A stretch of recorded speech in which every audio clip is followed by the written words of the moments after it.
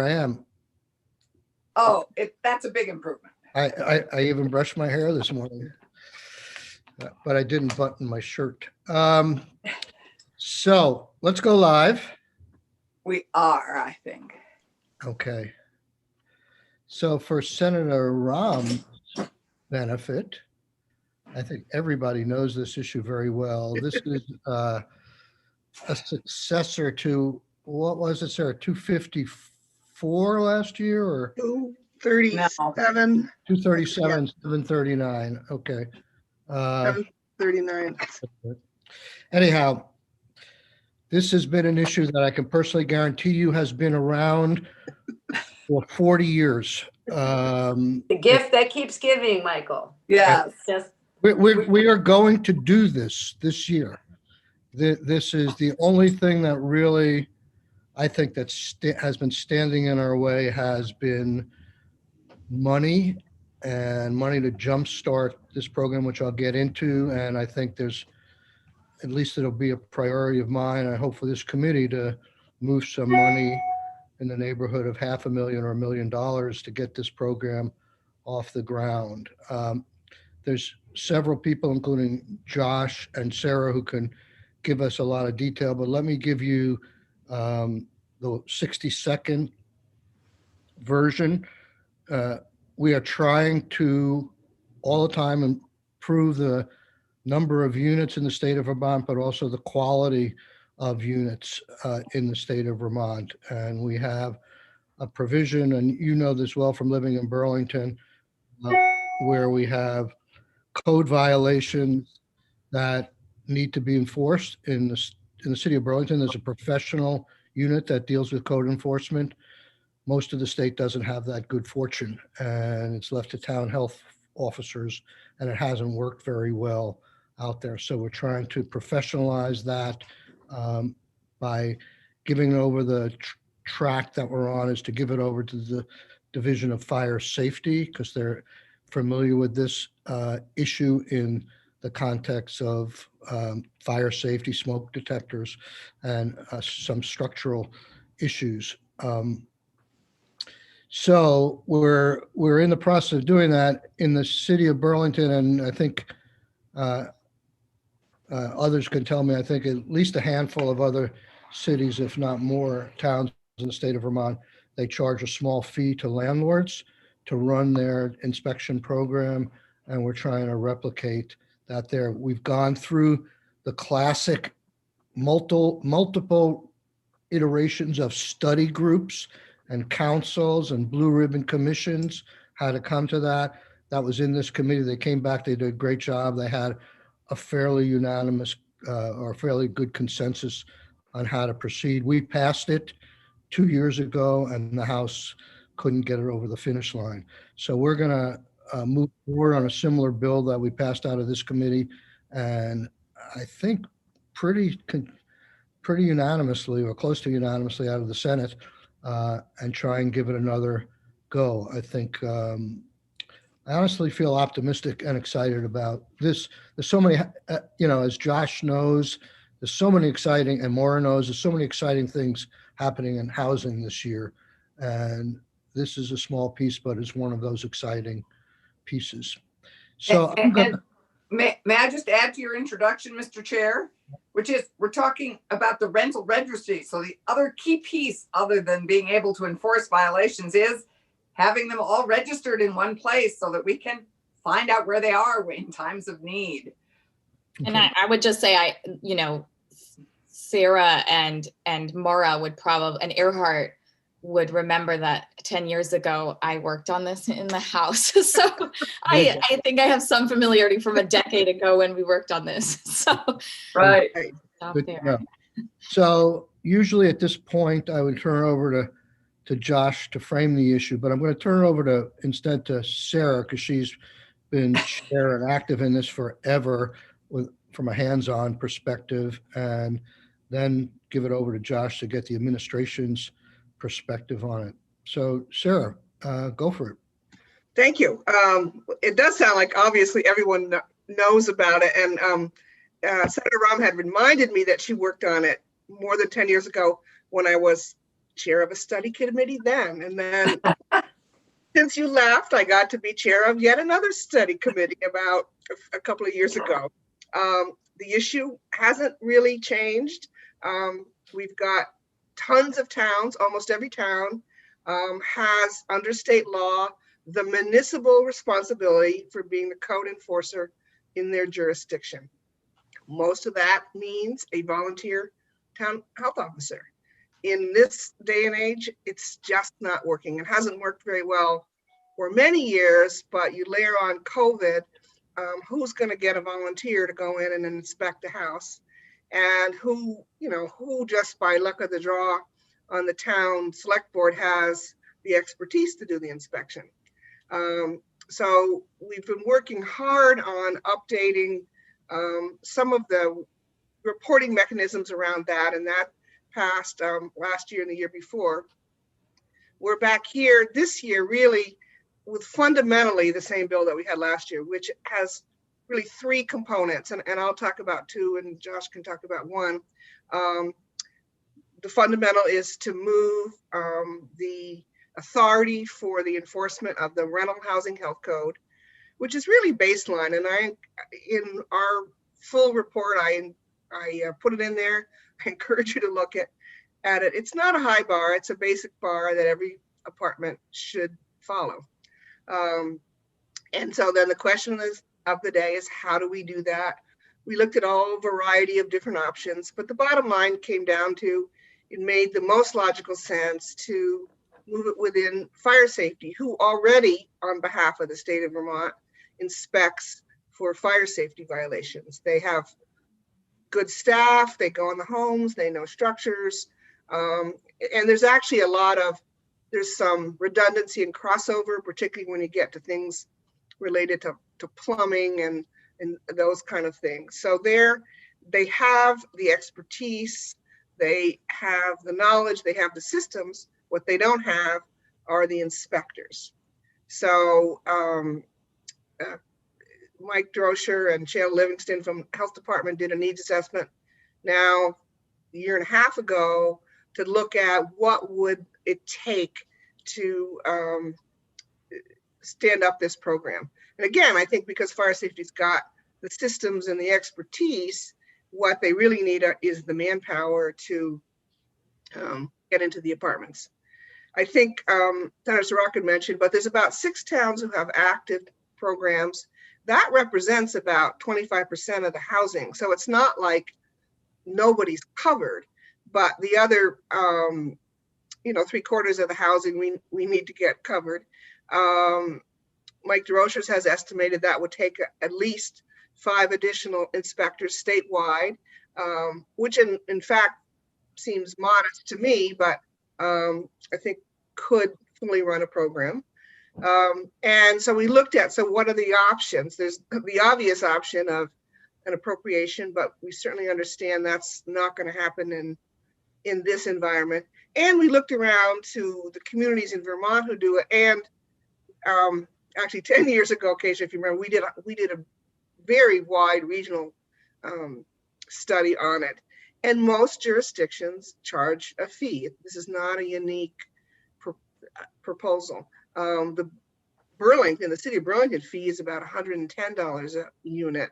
We're proposing a start out of about $35 a unit. And with that, we believe we can adequately transfer the authority for the rental housing health code from the towns to the Department of Fire Safety, allow them to hire up the 5 inspectors they need and the support. So our dilemma has been, how do we get that jump started?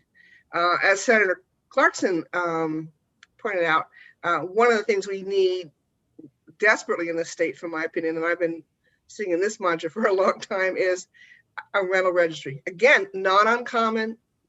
It happens in a lot of jurisdictions. Right now, the state of Vermont has a lot of data on apartments, but not in any one place. We've got the grant list. Before we go into the rental registry, Senator Ballant had a question. Sure. Just really quick, Sarah, you said in Burlington now there's you said about $100, $110 fee per unit. Is that annually? Yes. Okay, thank you. So the way the fee/registry works is you sign up each year and then you send your check in to the city on an annual basis.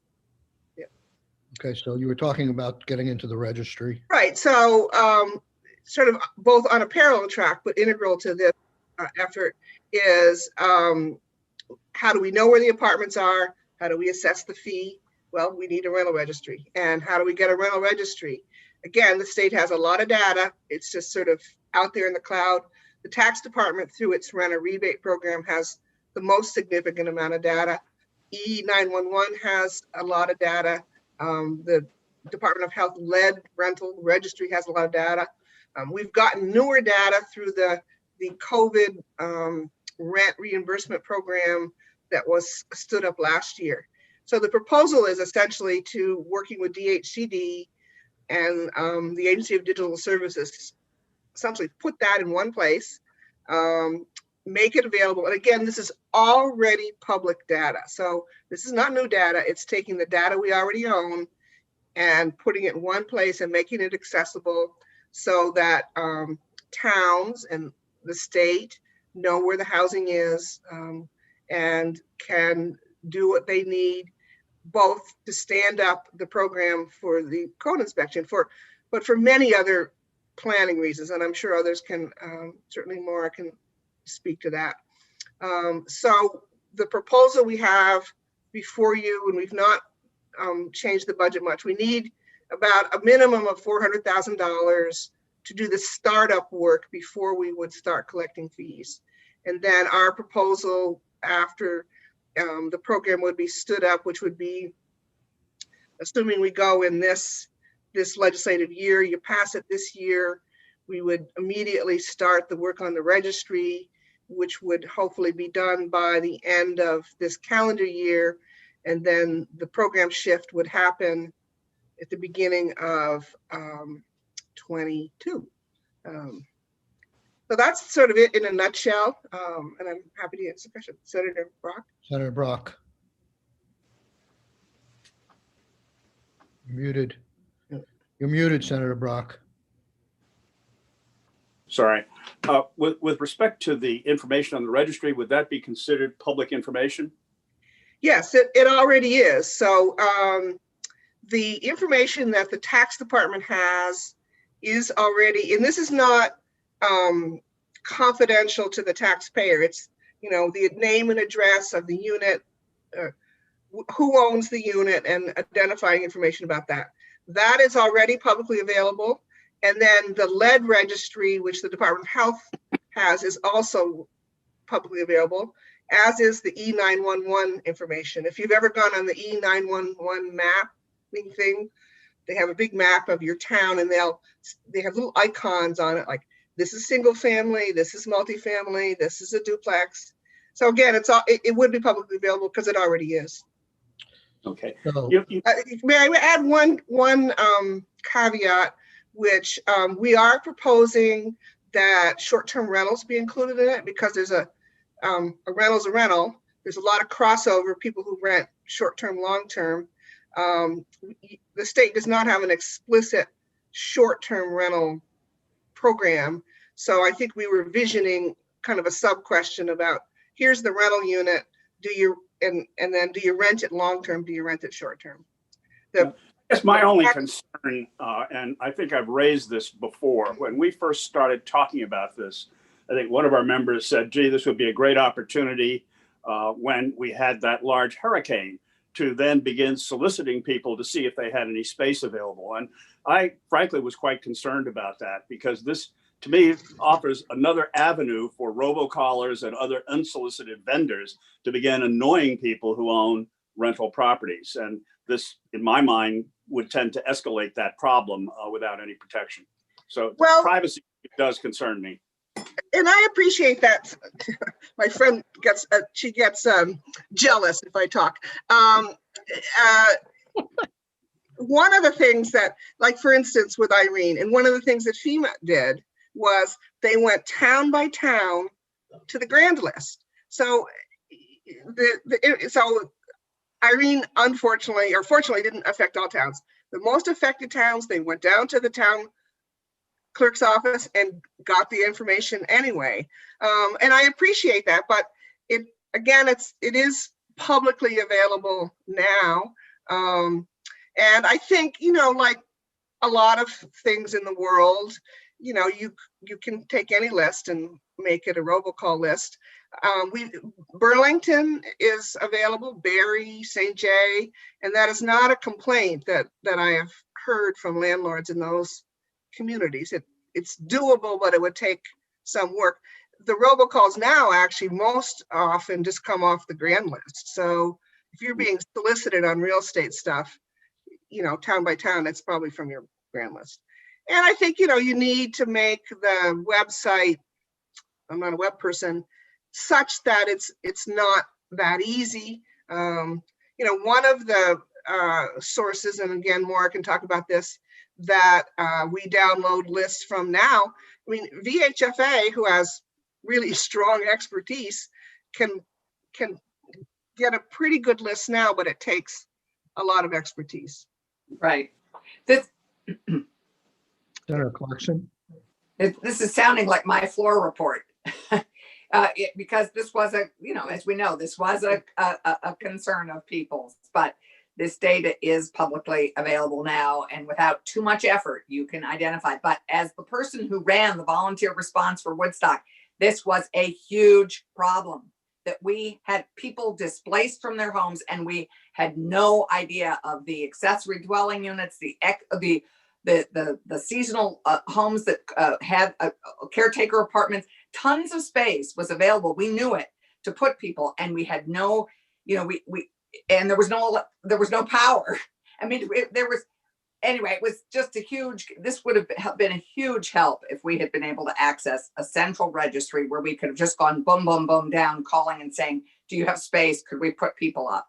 It would have just, Irene is really our poster child for the need for this registry at a statewide level.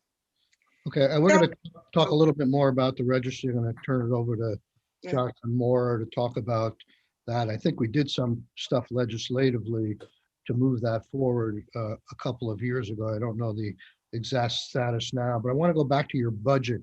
You said $400,000 to stand it up. Is that right? The way, and I should have, and I can resend you the revised budget, but it hasn't changed much since the date. We're looking in the range of about $1 million for the first year, but we need to get the registry and start charging the fees in order to get enough fee income to run the program. So this is to really get enough money to do the preliminary work on setting up the registry. Fire safety would have some preliminary work to get started. And then essentially in a year, you would have fee income to begin running the program. So I thought the creative thinking at one point was to get state dollars or some funding source to pay for a half a year or a year worth of staffing, those 5 people you talked of, and give landlords a free ride for a year so they could come accustomed to it, as opposed to charging them a fee, getting enough money, a cash flow issue, getting enough money in the thing to start hiring people. So the flip side of that, which is less attractive, is to collect fees without any services for a while until you had enough money to hire people. And I thought that brought the price tag up to $1 million. It did. It was, I think, and I have to go back to my earlier budget. It was over $1 million, like $1.1 million. Yes, and that was our original proposal, and would be ideal. A couple towns like St. Johnsbury have done that, and it really increases participation. When it was very clear that there was not the appetite to do that, we sort of went to Plan B and said, let's start this kind of on a parallel track. Again, it would be ideal to allow some sort of break the first year, but I totally acknowledge that that's a difficult lift, and it wouldn't be that they wouldn't get any service. I think it's just it would be a transitional year, and it may be hard for some landlords to see what they're getting. Well, I think the the climate has changed somewhat with the revenue forecast, and this could definitely be one-time money. And all the proposals that are out there for $210 million, this would be a very high priority for $500,000 for me and hopefully for this committee to get that going. Because I think in St. Johnsbury, I don't know if it was the case in Brattleboro as well, but I know that they did front some money and landlords got accustomed to it, given more time to sign up, and it made a big difference in the success and the rollout of the program. Okay, let's move to Josh and where the administration is on this. By the way, I'm sorry, a few of us have sponsored this bill, which is essentially for the purposes of getting it started is what we passed last year out of this committee. And I think it's very close to being at the printer, but I wish it was here before us today, but I think most of us know what it says. So Josh, can you tell us where the administration is? And can you talk a little bit specifically about the registry and its importance, what the status of? I mean, I think Senator Brock raises a good point, but as with anything, when you improve access or facilitate access to comprehensive data, there's going to be some pluses and minuses. And to the extent we can enhance the pluses and minimize the minuses, so be it. I remember when the court started going to electronic records.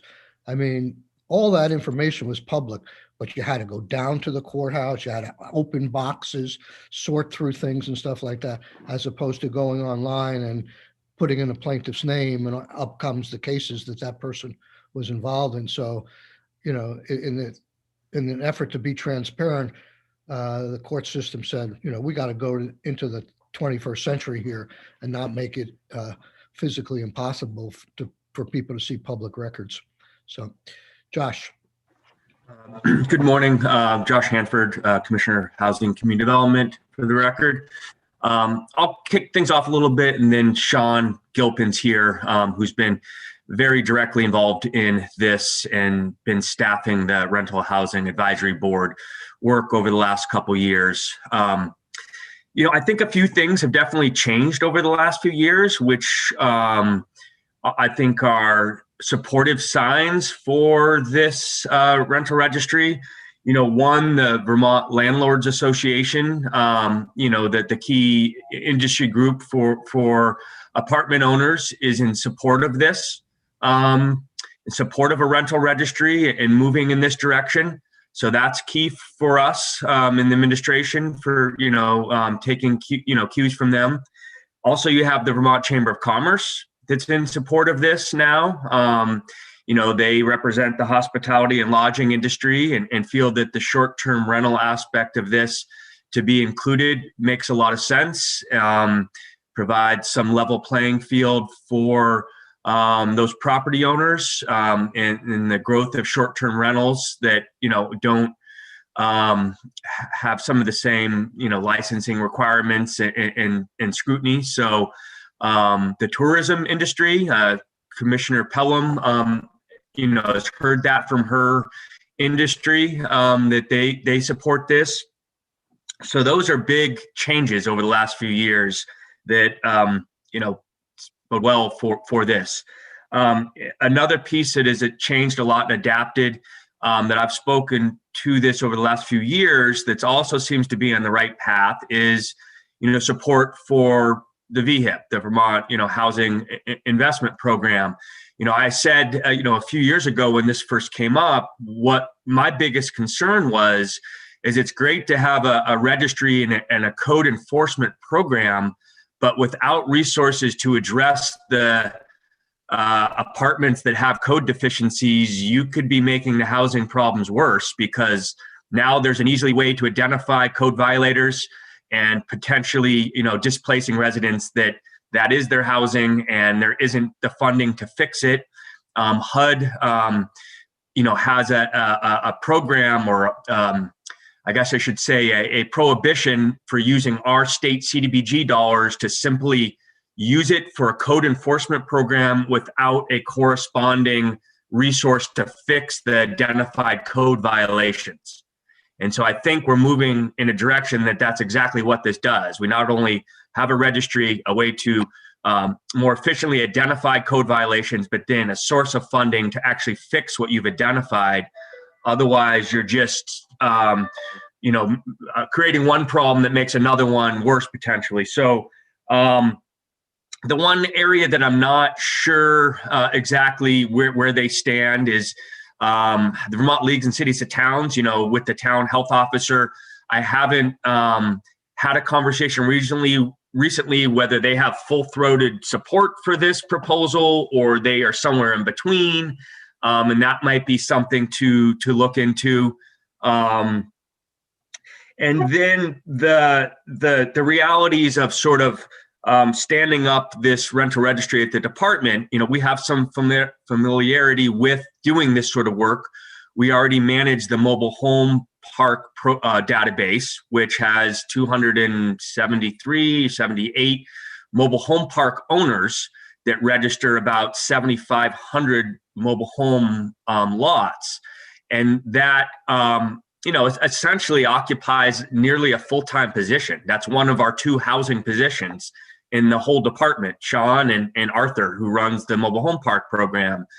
And so I'm under no illusion that this is just something we're going to be able to squeeze in to the 2 staff people we have to do this work. So we have seen our housing work grow by leaps and bounds over the last few years and double and triple and do not have commensurate capacity increases. And so that is something that weighs heavy on me, that has to be included in here for us to be successful.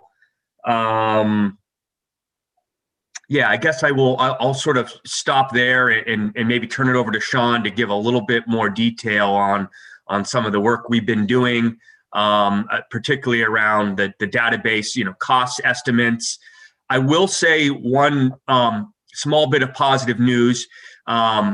In the governor's one-time budget ask, there is a substantial IT investment for our agency in there if it makes it through. I've heard some folks express concerns around that money staying in there, but there is, I believe, $1 million up for our agency to do comprehensive database IT grant system upgrades to be more uniform.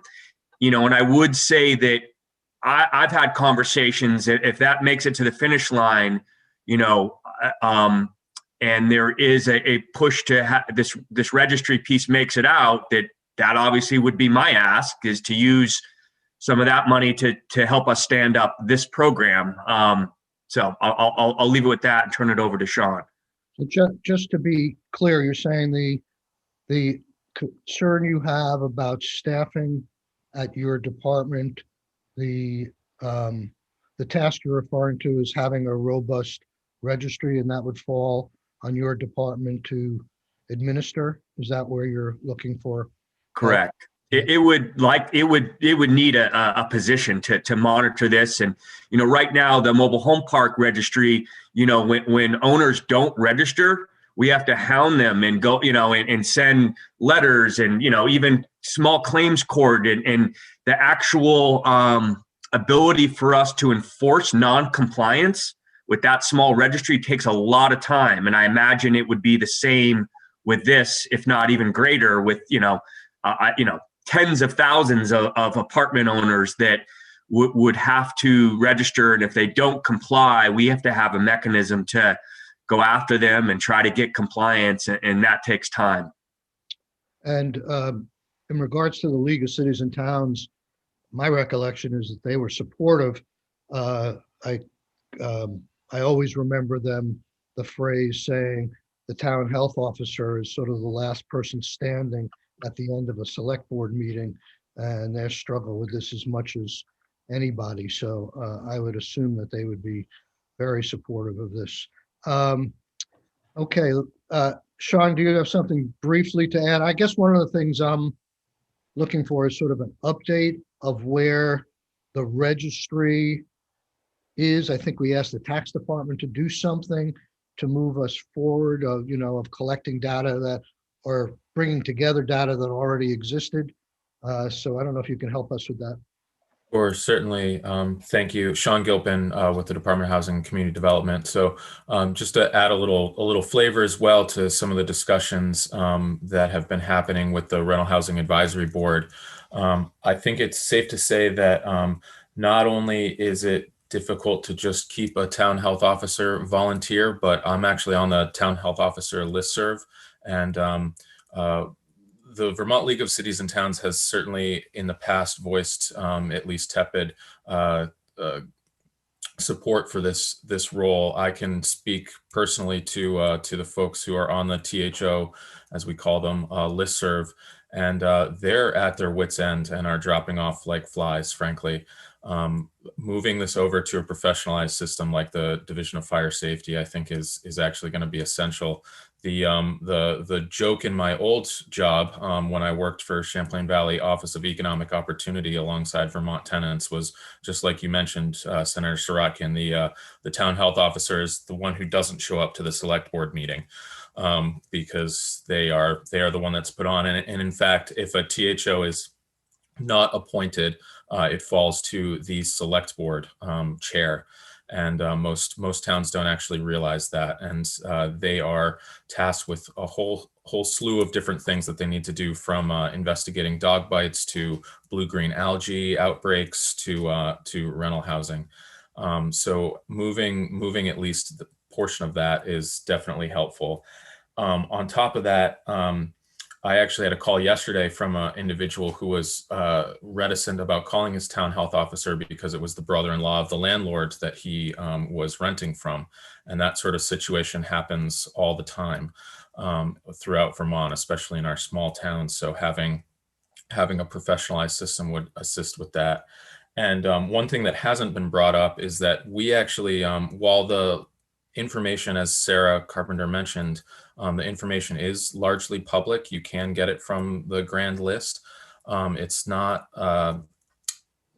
organized in such a way that it's easily accessible. And we actually spend an awful lot of federal grant money through the Community Development Block Grant Program in order to do market studies for towns who want to assess their rental housing needs. And having this information, just basic, rudimentary, number of units, location, owner, if we could get even more granular about rental rates charged, bedroom numbers and the like, we could go a long way to helping some of our municipal planning communities and regional planning commissions to really jump the gun and be able to be ahead of the game when it comes to making decisions about where we invest in housing. That I think would generally be a helpful use for the state to have this information. That said, I have been in conversations with the Agency of Digital Services, as well as Mike DeRocher, who you'll hear from shortly, about how we can stand this up. I think the goal right now, or the thought right now, we've been assigned a business manager, I think is the term that ADS uses, that will be working with me to kind of scope out this system. Like I said, I've been in talks with Michael DeRocher about what his crew uses already and how we might be able to align the system so that they can track complaints, because I don't think it's been mentioned yet today, but this is a complaint-based situation. It's not like the city of Burlington that does regular inspections on a schedule. This would still, for the time being, at least for the foreseeable future, be a complaint-based inspection regime. And so working with Mike and his crew to figure out how best to set up this system. ADS is thinking that if we get the go-ahead, we can probably have something set up within this calendar year. The price tag is still to be determined exactly based on how much functionality we need and what level of automation. As Josh said, we have the mobile home park registry, and that's it's actually, I think it's about 248 parks that register, and that requires a good portion of a full-time employee to keep track of that. So the 80,000 or so rental units throughout the, single family and apartment rental units throughout the state would certainly take a pretty heavy lift. And goodness knows that as soon as Department of Housing and Community Development is tasked with keeping this registry, we're also going to get more calls about people with complaints, because they're going to think that we're responsible for that. So, Sean, can I interrupt for a second?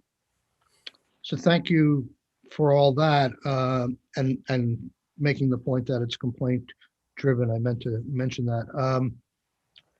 It sounds like you're doing a fair amount of legwork or preliminary work already.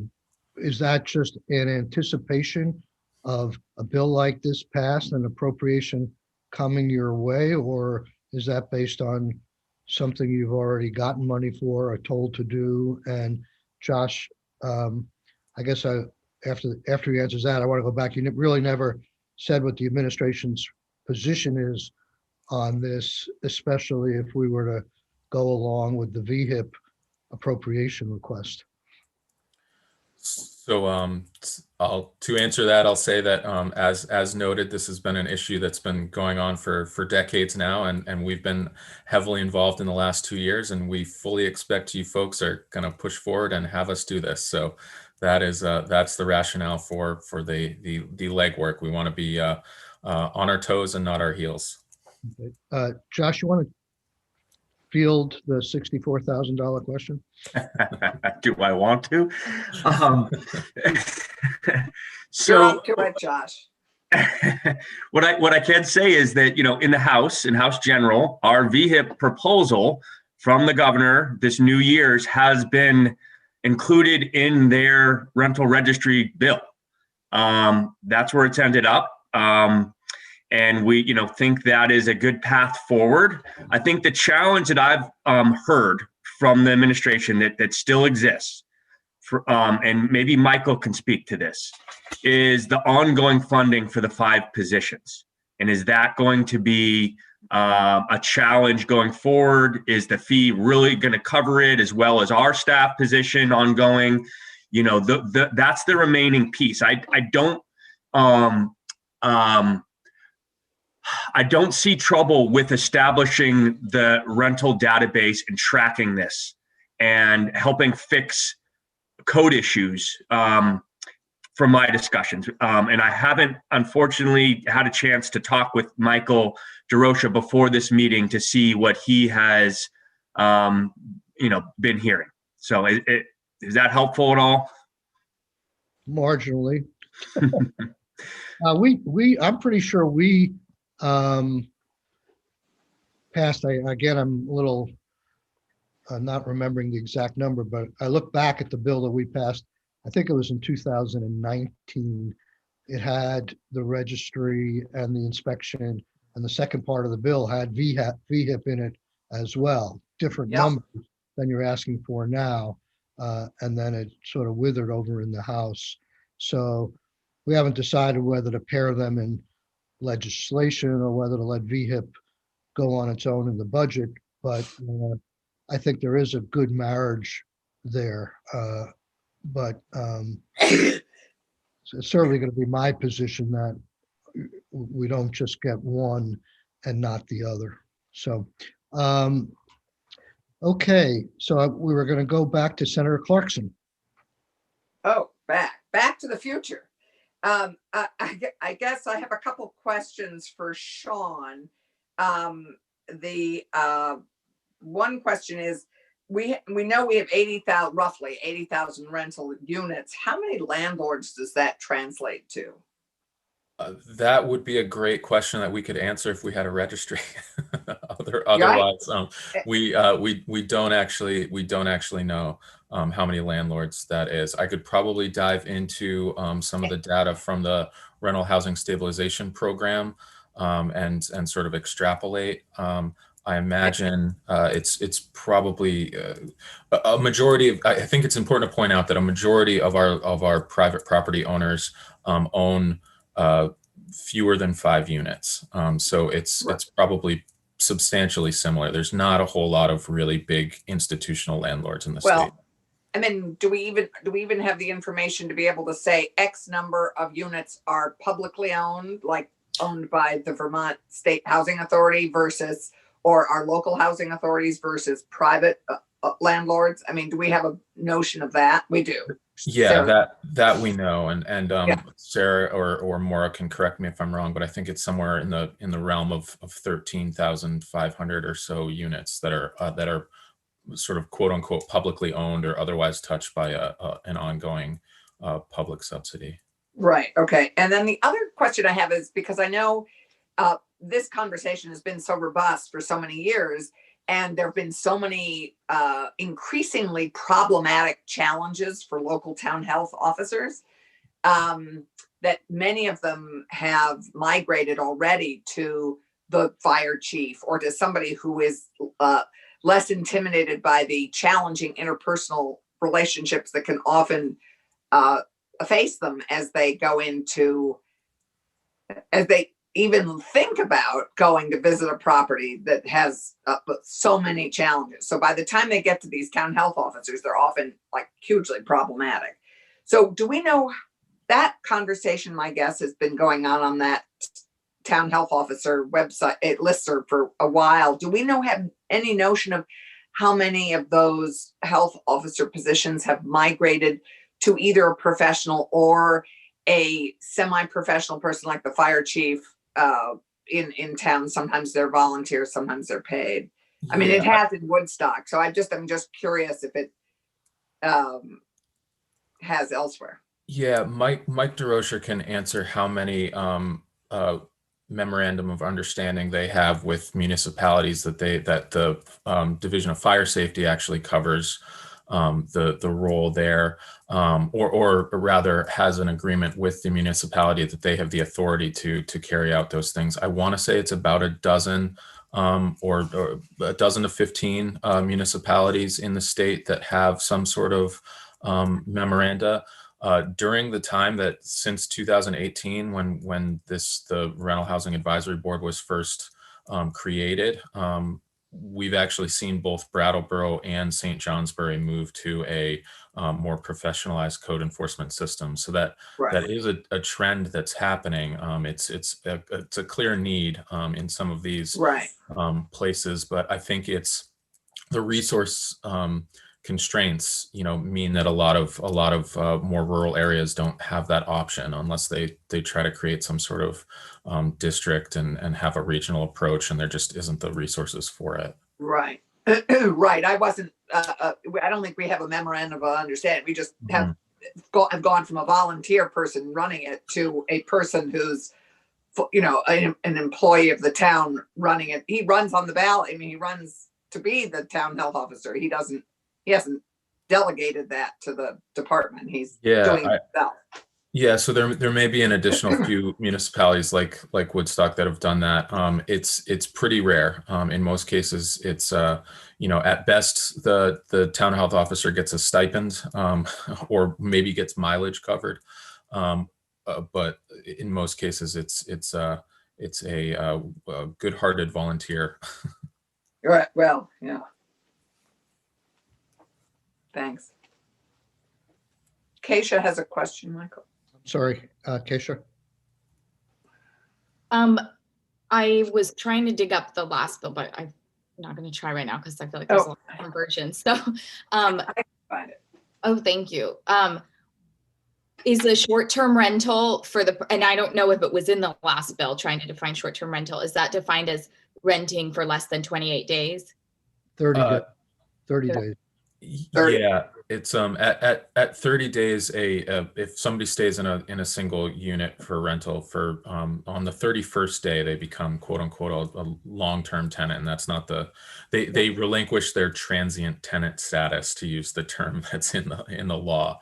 And one of the reasons why short-term rentals is being included in this registry is because we know that, for instance, somebody who might be renting for the summer months, like, come in July and stay through August, technically is a is a long-term tenant. They fall under landlord-tenant law, and so these units are fungible.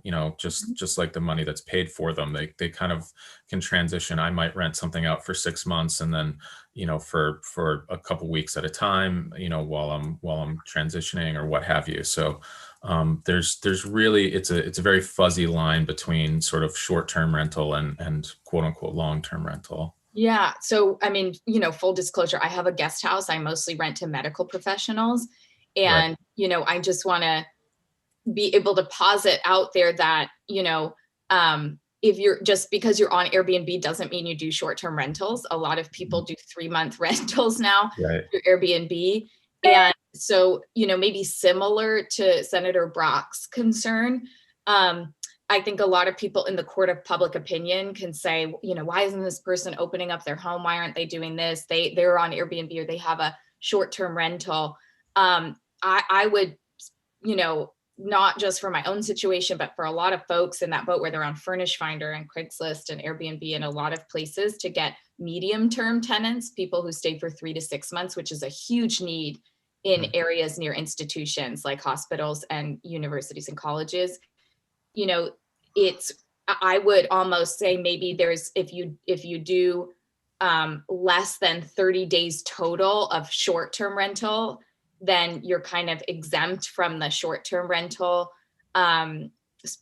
often it may be only for graduation or marathons that I do weekend, because I'm like, people want like a closet in my house, and I'm, trying to see if I can accommodate short-term people because the students might move out, and there is that month is like very flexible.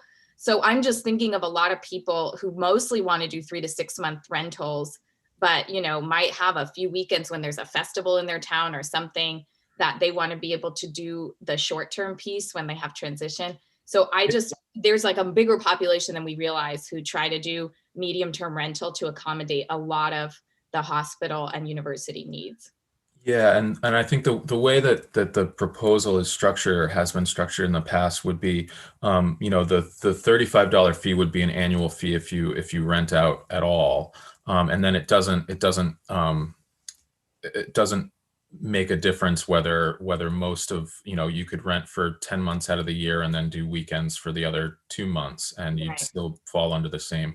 The goal is really to have an understanding of this marketplace, and also to make sure that there's a clear way to ensure that there's health and safety standards that are already in place are just being kept. Yeah, I just want to name the concern that some people think so-and-so has a short-term rental, why aren't they helping in this situation? And it's like, well, I personally had people who were in the hospital. I might have a room open because no one wants to be with nurses and folks who are around COVID right now, so there's these, and I had people say, my family, just had a fire. We lost our house in California. Can I stay short-term? And I'm like, well, I have nurses and doctors. Do you want to stay with them?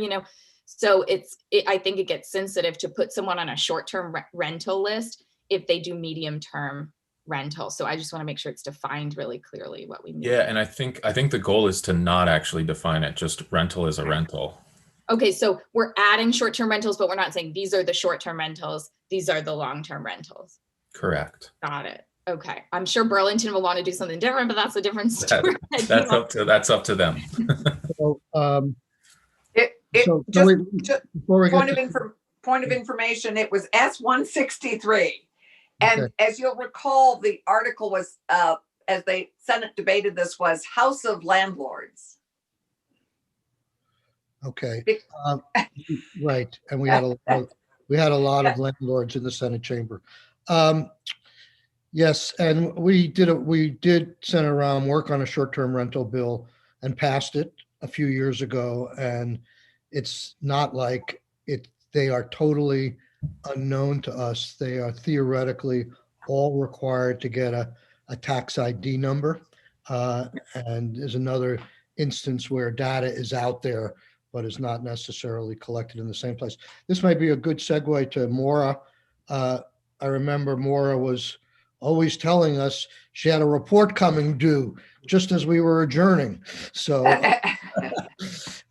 so that was probably a couple of years ago. And what have you learn, and could you describe what your role has been in collecting data and getting a handle on the issue here? Hi, Maura Collins with the Vermont Housing Finance Agency.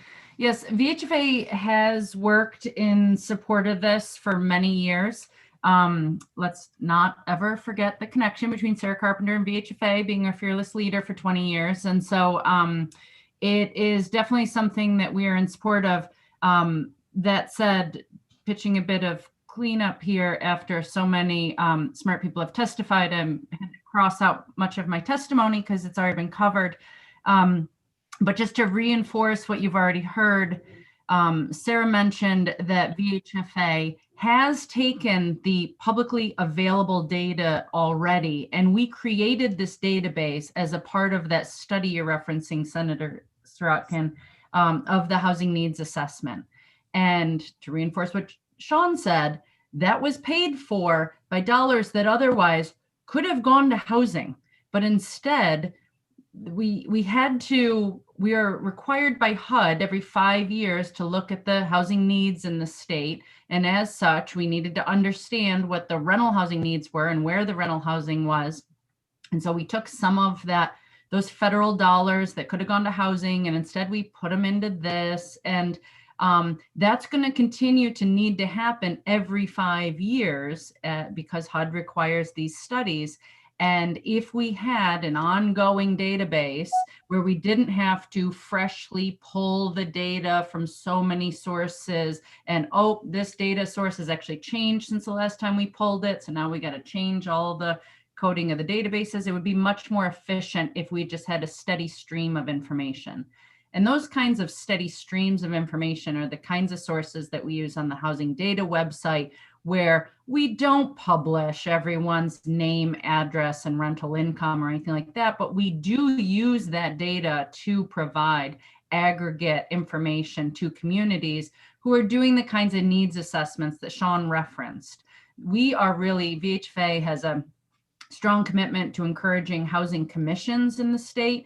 We've been trying to build up the resources available to these commissions and trying to connect them with other commissions that have been created, because one of the more frustrating questions VHFA has asked is, which housing policy tool is going to fix the housing problems in my community?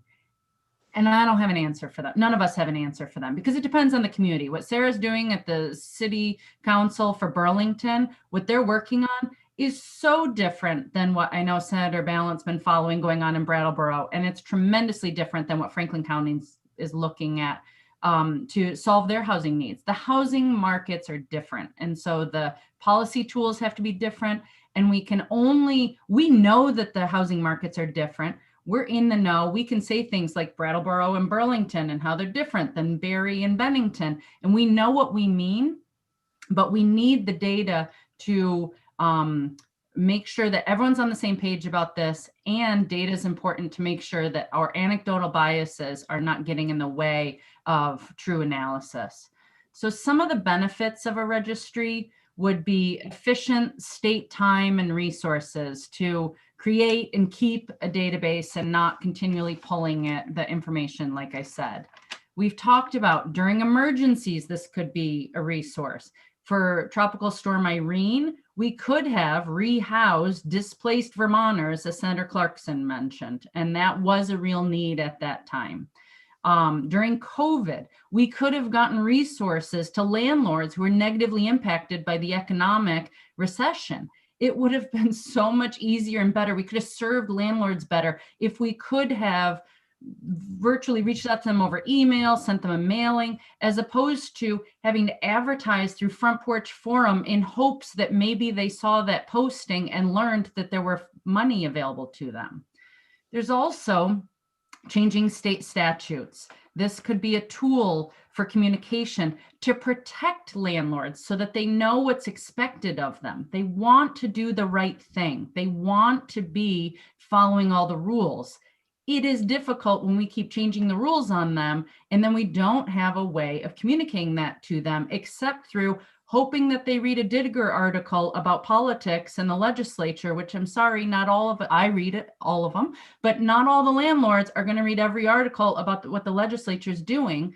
And maybe they aren't hooked up with the Landlords Association. Maybe, as Sean mentioned, a lot of these, I don't know if it's a nice term to use, but we call them mom and pop landlords. They only have one other single family house. You know, a married couple came together, moved into her house, and so his house is being rented. And a lot of our rentals are just these single family homes, and they're not big institutional organizations. And finally, another benefit would be education and training around fair housing, landlord-tenant law. Again, people want to do the right thing, and we need to give them the tools to do that. So it's already been talked about that housing is more fluid now than ever before. And Senator Rahm, you talked about, you know, short-term, long-term, intermediate term, all these things. So having one comprehensive database is absolutely the right way to go. This would capture that. Josh mentioned the chamber, the lodging industry, the tourism industry, all these folks are in support. And I think that this kind of fluidity of our economy and our housing is going to be even more than ever before as we emerge from this pandemic. We've seen it for years, and it's just going to continue that kind of vagueness of how we define housing. To wrap up, I'm going to say that last week you all had, I don't know what you'd call it, but some kind of housing summit, and you were challenging us to think of creative solutions, and you were pushing it outside the box. Come on, what are the newer ideas that y'all have? And I have to say, this is an area where we're not being creative. Last week I said, okay, we're being really creative with the way we use our funding. You know, we're bordering on possibly getting in trouble with the US Treasury. Okay, so we're doing all we can, but this is an area where I want to be very clear. We're not creative. We're not doing what other states are doing. Since 1995, Massachusetts has had the Massachusetts Access Program. It's a free program that pairs vacant, physically accessible apartments with the independent living centers who can connect people with disabilities who need those features. I remember when I moved to Vermont 20 years ago, and I rented for part of a year, and I didn't realize that the apartment we were renting was fully accessible. My able-bodied husband and I did not need any of those features, and for a full 10 months, we occupied that home without needing the ramp, the roll-in shower, all these features. And as it dawned on me of how comfortable this apartment was, and I realized why, because I didn't even realize it was accessible until living there a bit, then the guilt set in. It's like, I should not be in this home right now. I don't need it, and it's not appropriate. And if we had a way, as one example, of knowing that there were some accessibility features in an apartment, and a landlord could opt in to having that be of information that was available, that could be helpful. I mean, that's far down the road. I'm trying to give an example of where we aren't doing even that. I know that Maura, we're sort of running out of time. I hate to interrupt you. It sounds like you're at the end. I am at the end. She's on a great roll, though. That was she great. was on a roll, and I know she could go on with that roll. But I want to hear 5 minutes from Mike DeRocha very briefly. Then we'll come back to this next week, and I hope, I guess, Sarah, I'll charge you with getting us a list of other people we should hear from, like the Landlords Association, Legal Aid, regional planning associations, and the League of Cities and Towns. And I think we're going to get a chorus of support, and I'm hoping we can move this fairly quickly. So Mike, how are you feeling listening to all this? Well, first of all, good morning, sir. Good to see everybody. Hi, Mike. How are you? I wish we were all better. face to face. Here, here. So a lot of good things, a lot of good information here. You know, a few things. I'm not a member of the Rental Housing Advisory Board, just so I'm transparent here. I have been a technical liaison to provide some technical advice. I've attended every rental housing board meeting since its inception there. I think the challenge moving forward, it's not a heavy lift for the Division of Fire Safety to do what is being proposed. I think one of the main challenges will be is creating these 5 positions. If you were to ask me what the number one challenge would be, it would be to create these 5 additional positions in fire safety. That would be my thought process on there. I think Josh maybe alluded to that some. The registry sounds like it's got some good broad support.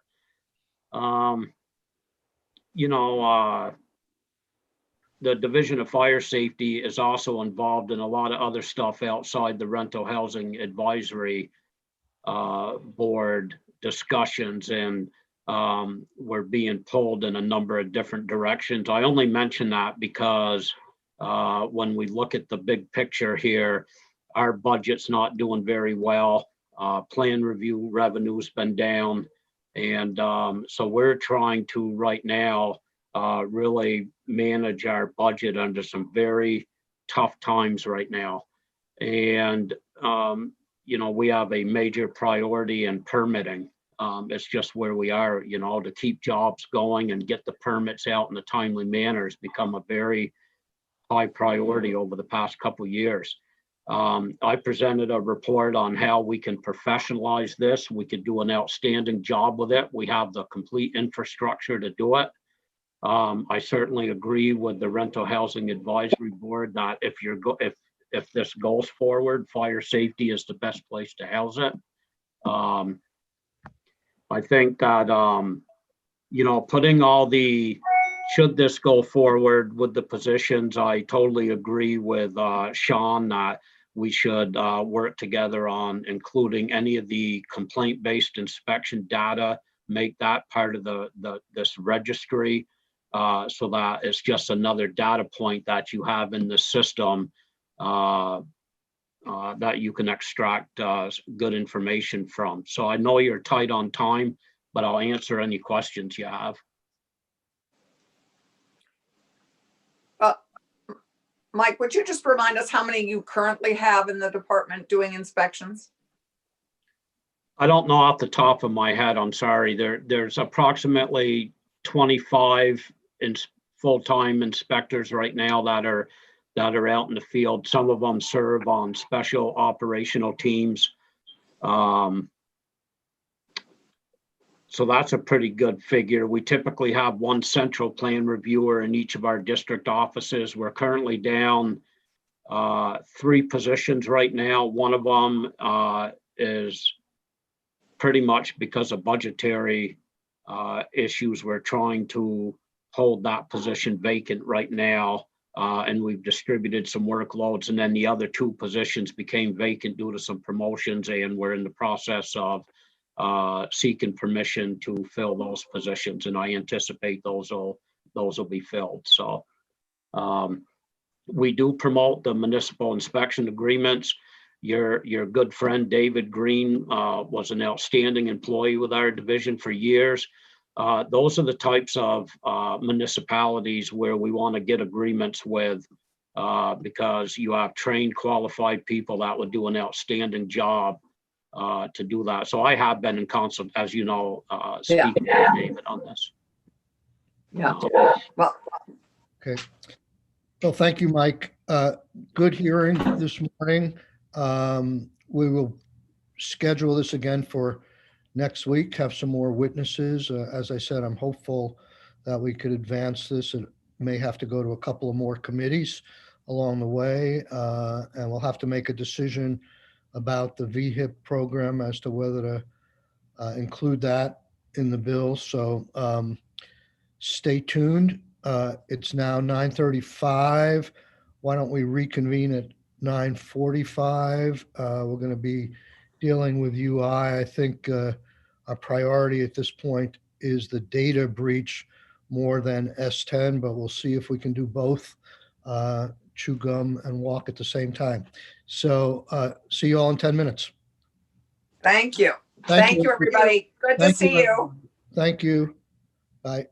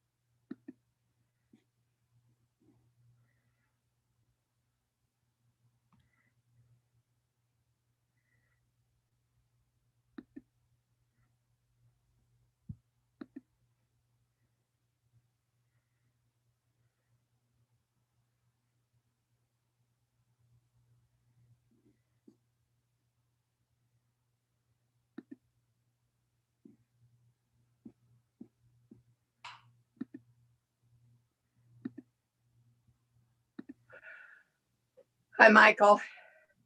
Hi, I'll be right with you. Can you hear me? Yep, Okay. I can see you and hear you. And hear me. Okay. I feel like the Who song. See, or from Tommy.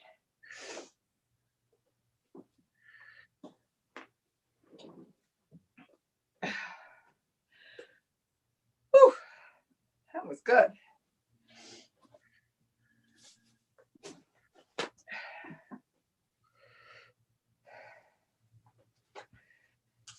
Oh, man.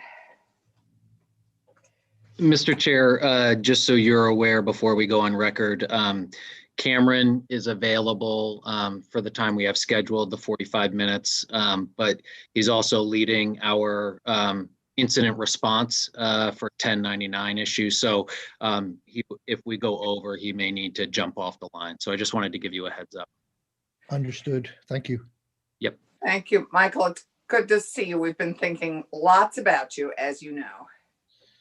I think everybody's thinking lots about me. I just don't know if they're good thoughts or not. We're sending you supportive cleanup thoughts and wishing we could be as helpful as. I mean, I'm just so sorry. It's just what a Thank you. lousy And thing.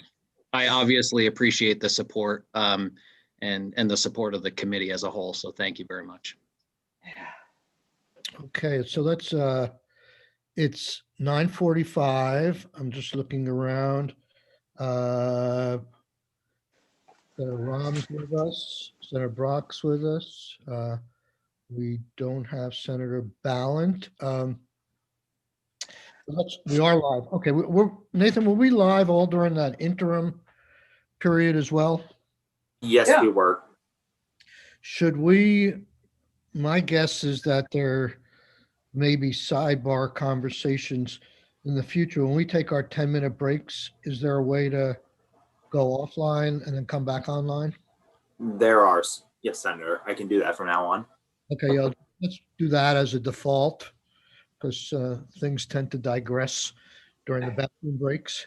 So anyhow. Mr. Chair, Yes, Senator Rahm. I've just, because I put something out on Front Porch Forum in the county yesterday, in Chittenden County yesterday, I've just compiled all of the questions and comments I've received. Can I put those in the chat so I can keep track of them and others can keep track of them? Put them in the chat. Just copy and paste them into the chat section. So our witness. Can you email them to Nathan or to all of us? I can do that. Yeah. I can see them in an email. I can't see them in chat. It's too far away and too tiny. Yeah, and I also would like to, Senator Rahm, give some thought as to whether that falls in the nature of something that should be a committee document. And if it does, then I wouldn't have any problem putting it in the chat. But if it doesn't, and you put it in the chat, then it sort of goes down the road of making it a public document. So let's have an offline conversation about how public you would like to see that. Right. Just want the committee members to get educated by it. I might paraphrase some of the questions then when it comes to that, if I don't hear them. What we're going to do this morning, as I said, signing off, we're going to, as much as we were coming very close to the finish line on S10, this intervening development is more urgent. We have a technical deadline of March 31st to get the governor to sign S10, but I think we have a realistic deadline of much sooner to get actions in motion on the 1099 issue.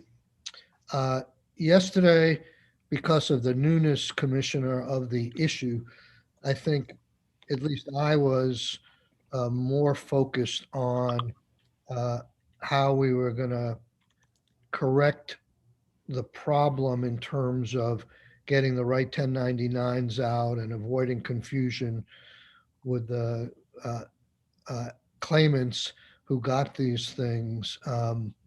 But it quickly, by the end of the morning, it quickly became more apparent that the one of the more urgent things that needed to be addressed is how we prevent or cure to the fullest extent possible, identity theft. So with that said, why don't you, with that said, I've invited members from the Attorney General's office. They have dealt with identity theft issues. We've dealt with identity theft bills in this committee at the time of Equifax and other big breaches. So there are experts in the state on identity theft. So they're going to give us some of the details. But I wanted to give you a first opportunity, Commissioner, to tell us what you're thinking, what you're doing, who you've been in contact, and and what kind of resources you might be looking at. But we want to be all over this because it's no fun having your identity stolen. Absolutely agree. I want to distinguish at least the difference between identity theft and a compromised identity, and that is only just so we are speaking in clear terms. So right now, what we have is a situation where individual Vermonters have had their identity, or I should say, their personal identifiable information, or PII, compromised. We do not at this time know of any distinct cases where someone's identity was stolen or used improperly.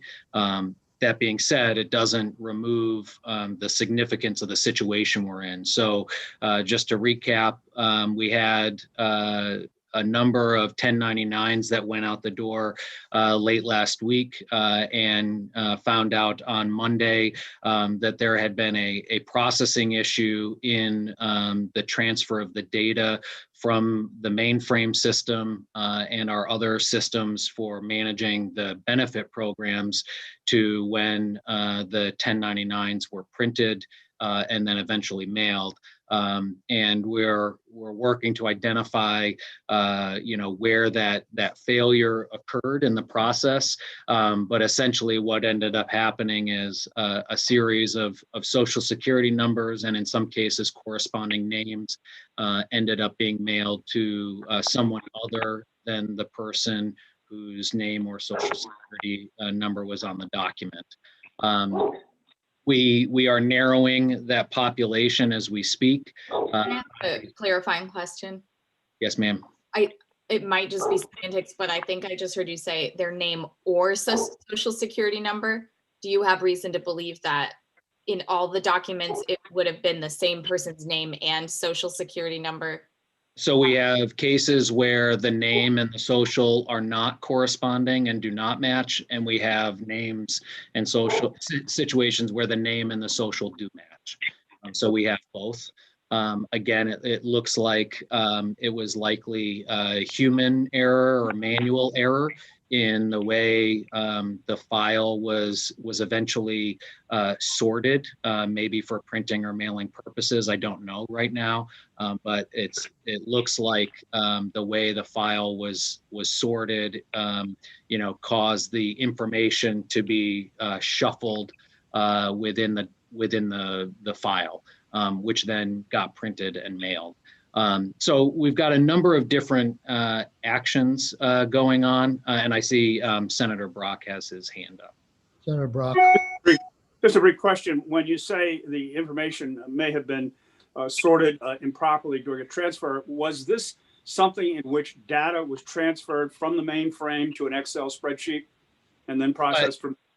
Well, so it depends on the program.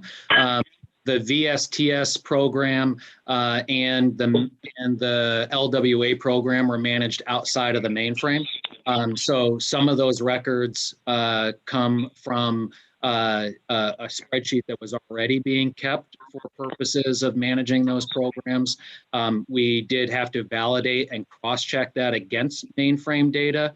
And then we also had to validate and cross-check that against our financial records for how many benefits were paid to each individual.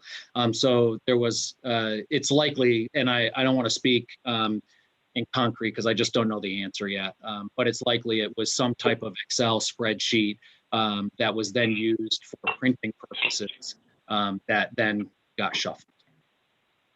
So, Commissioner, just trying to get an idea of the scope here, because yesterday you mentioned the number 55,000 several times, and I reviewed the transcript, and at the end you're saying the real number of people who are in danger of having their information misused by another person would be far lower.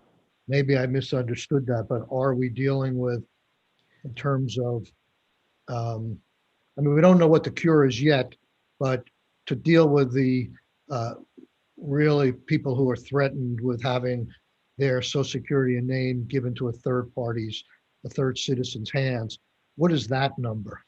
So thank you for the opportunity to clarify, because I also think it hasn't necessarily been clear in the media as well.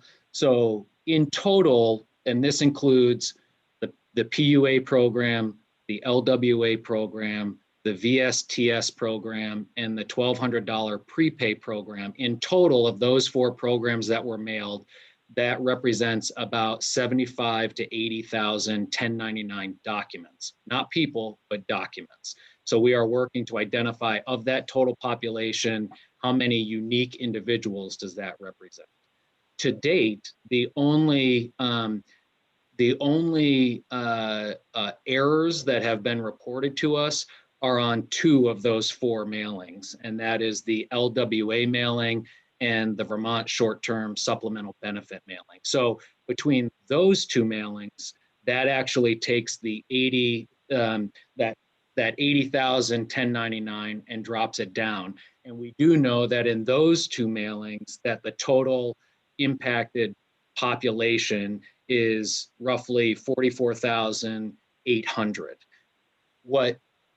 What we don't know yet is that there was a whole number of those files that never made it to the mail. So they were stopped in the post office and returned to the department, having never been delivered. And so what I don't know right now is, of the 44,800, whether or not we can even chop that number down even more and potentially get it closer to the actual impacted population.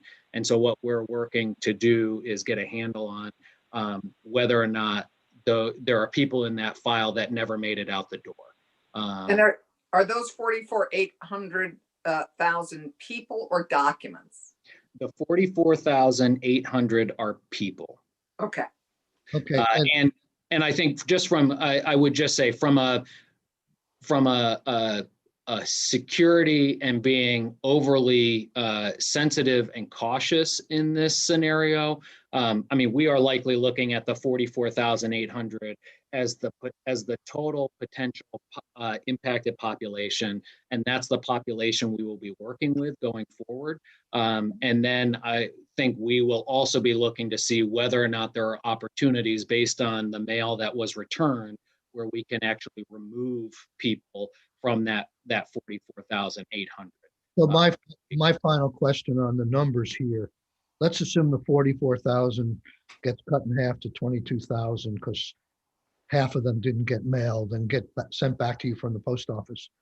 Of that 22,000, how many, or is there any guesstimate how many of them have problematic errors in them that would cause people to be concerned with the potential for identity theft? That's what I thought you were saying. Yes. Yeah. So I would treat that right now, based on what we absolutely know, we are treating the 44,800 as the total population where they would have had their data released. Let's put it that way. I think we are now working to say, how do we remove people from that and give some reassurance to folks that maybe their data still resides in our office downstairs. And that's, but I think from a security perspective, we are working at the 44,800 as our starting point of impacted population. Maybe I'm not being clear. I understand that taking a conservative approach, which we need to do here, that we want to help those 44,000 people. I guess the simplest way I can ask this question, how many of those 44,000 mailings, whatever, had the correct information in them? Or did every single one of them have wrong information in them, sent to the wrong person? Yeah, so to what you were saying before, so what I do know is that, so of the two populations, the LWA population right now, based on the preliminary numbers we've pulled, there were 39,126 LWA 1099s that were mailed. The number of 1099s in that batch that exposed someone's identity was less than 20 in total. Okay. However, of the Vermont short-term supplemental benefit, that total number of pieces was, so I'm going to say there were 34,043 that were printed, and roughly, 18-ish thousand that actually went out the door. And so of the 18,000 that went out the door, almost all of those had corrupted information in them. So I think you're right in your assessment, Mr. Chair, that the actual population of people that are likely impacted is somewhere around 18 to 20,000, maybe Right. as many as 25,000. And I think we'll be able to narrow that as we see what exactly exists as we're going through the mail. I think what we're also trying to be mindful of is the immediate need is getting clear information to claimants, getting those that want protection. And I don't want to lose time by having people conducting counting downstairs before we mail anything out. So I think we are going to treat the 44,800 as our starting point of letting them know that they are potentially impacted from a security perspective, letting them know that the department will provide coverage to them, and letting them know that we will notify them at a later date if we find that they were not involved in the impacted population. But I think, Keisha has a. for the sake of time, we're working with the 44,000 right now. Senator Rahm. I have a couple questions. I want to share some positive feedback first. I did hear from people from my, kind of trying to give them information via form quickly, that those who got emails felt a lot better from receiving the email. It gave them a lot of helpful information. So I'm wondering about people who don't have emails, if there is, if the mailing is the only thing they're getting, or there is a universe of that don't have emails where you could give them a call instead. And the second thing I'm wondering is there's a small but really deeply impacted population of people that may not speak English well, for whom something about their identity and their identification numbers is very scary to not understand. So I'm just wondering if you can talk about any language access work you're doing.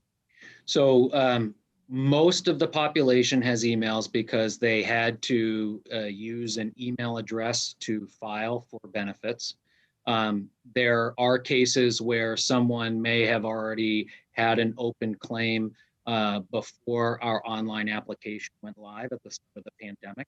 So there are, at times when we look at the total population, people who don't have an email. I have made a note so we can look to see, of the 44,800, how many emails do we have for those people on record? And that, I'm hoping that can be a relatively quick process. And then we do have the ability to one, send out an automated phone message to those folks. Although I think if we're talking about information sharing, the letter that they receive, hopefully in the next 7 to 10 days, will be certainly more valuable to them and provide them the information they need at their fingertips. And then from language access perspective, I've also made a note. So when we are mailing out that information, we're providing language access opportunities for them. Just so you know, our call center does, we did enroll, or sign up or subscribe. So there is the ability for any of our agents, if they have someone who, where English is not their primary language, or have trouble understanding, we can call an 800 number and loop in an interpreter. I don't know how many times we've used that, but I do know we've used that in the past. So I just want to reiterate, Commissioner, what I was trying to say yesterday, and it's a language issue of another sort. I really encourage you to run by what you're mailing out or involve earlier on some advocacy groups who deal with populations like claimants. Maybe it's people from legal aid, to make sure it's communicated in language that recipients who speak English are going to understand, and doesn't get wrapped up in bureaucratic things and covering your rear end and all the legal requirements of what you have to say. But I've seen that over and over again in my unfortunately very lengthy career, where some of the advocacy groups look at letters that come out of the administration and they just cannot believe that that kind of letter has been sent by a governmental official. It almost thwarts the purpose of what you're trying to achieve, because it gets people so confused. So try and reach out to, somebody, maybe call the director of Vermont Legal Aid and say, you have somebody who'll be willing to help us on this. It could be just a review, or they could be involved in the beginning stages.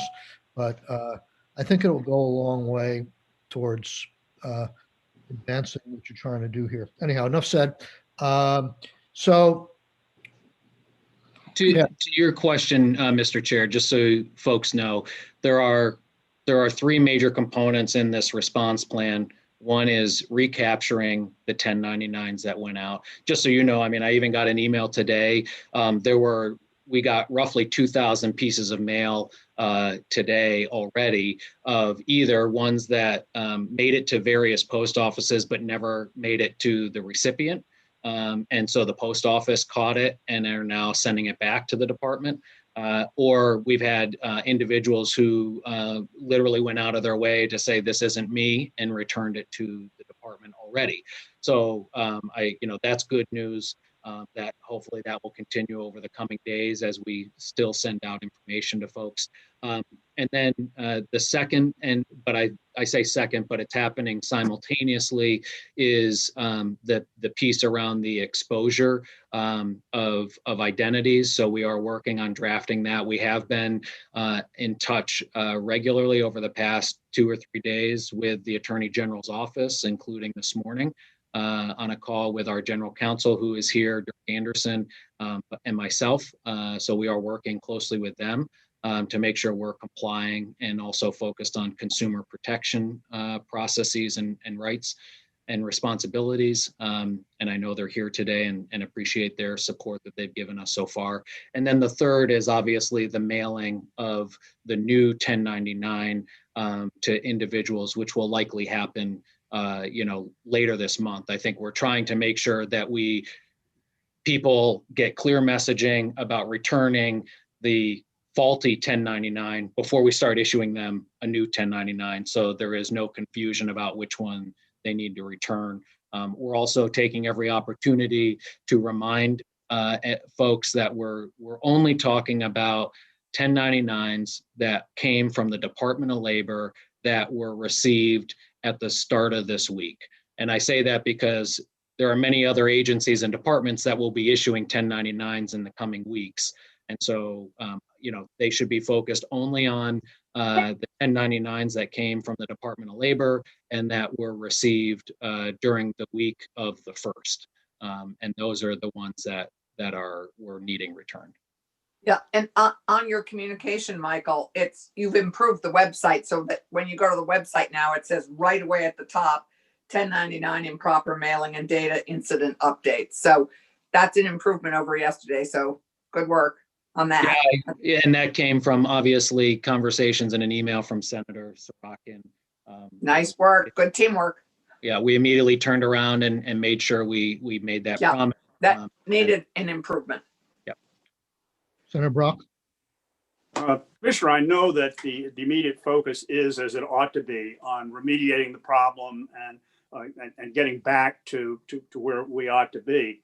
On a longer term basis, do you plan a form of independent review to examine not just what happened in this case, but the whole processing environment in which it did happen? And if so, what can you tell us about that? Yeah, sorry, and I didn't mean to interrupt there, so my apology.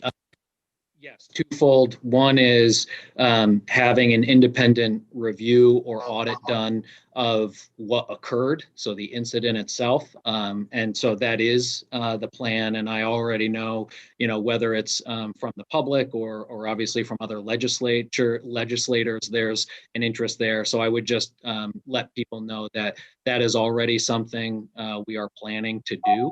And just so they know that we are aware of that, and that is part of our expectation. It's part of my expectation that we review and identify exactly where the incident happened, the gap in the system, so that we can also get corrective actions in place to prevent that in the future. But to your other point, we, the department, and I've made this my own personal position, need to double down or even triple down on our quality control and quality assurance efforts across the department, but obviously specifically in the unemployment insurance area. And so we will be looking at other ways to one, look at the system, but also what level of processes, procedures, and expertise do we need to bring on board to make sure that we're ensuring quality going forward. Yes, I see a couple hands up, so I'll stop there.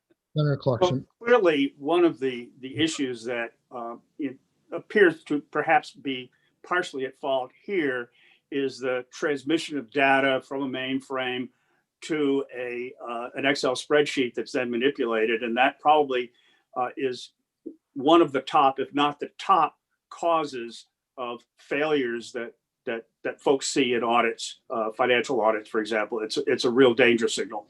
Yeah, absolutely. It's frustrating because our team spent so much time validating the data from the mainframe to just have a human error, an accident occur. Someone asked me yesterday, can the mainframe be to blame? And I don't think so necessarily in this case, but I do think the antiquated systems we have are, right? So the fact that we're now shuffling data from multiple programs and processes and having to do much of it in a manual fashion instead of an automated fashion, just like you said, Senator, increase the opportunity for error to occur.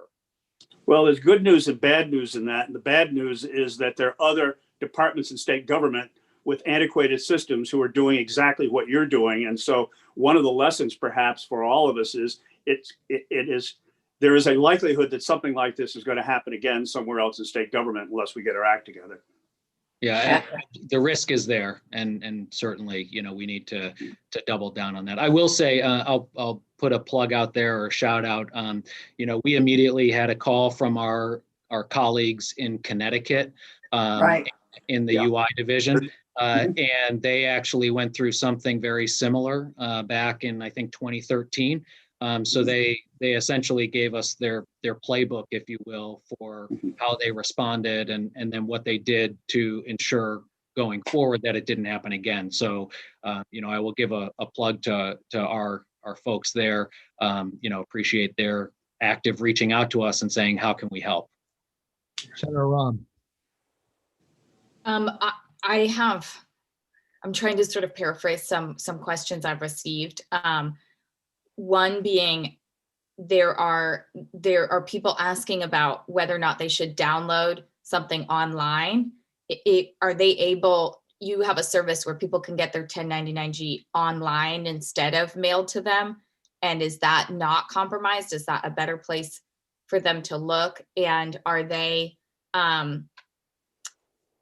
are you eventually going to have something where they can, like when this has happened with Target or Best Buy, I know that's very different, but you've been able to type in your name and someone could say, yes, it's likely that your information was compromised. Like people want to be able to verify that. And then that FAQ says, here's who to call because you're worried about your identity.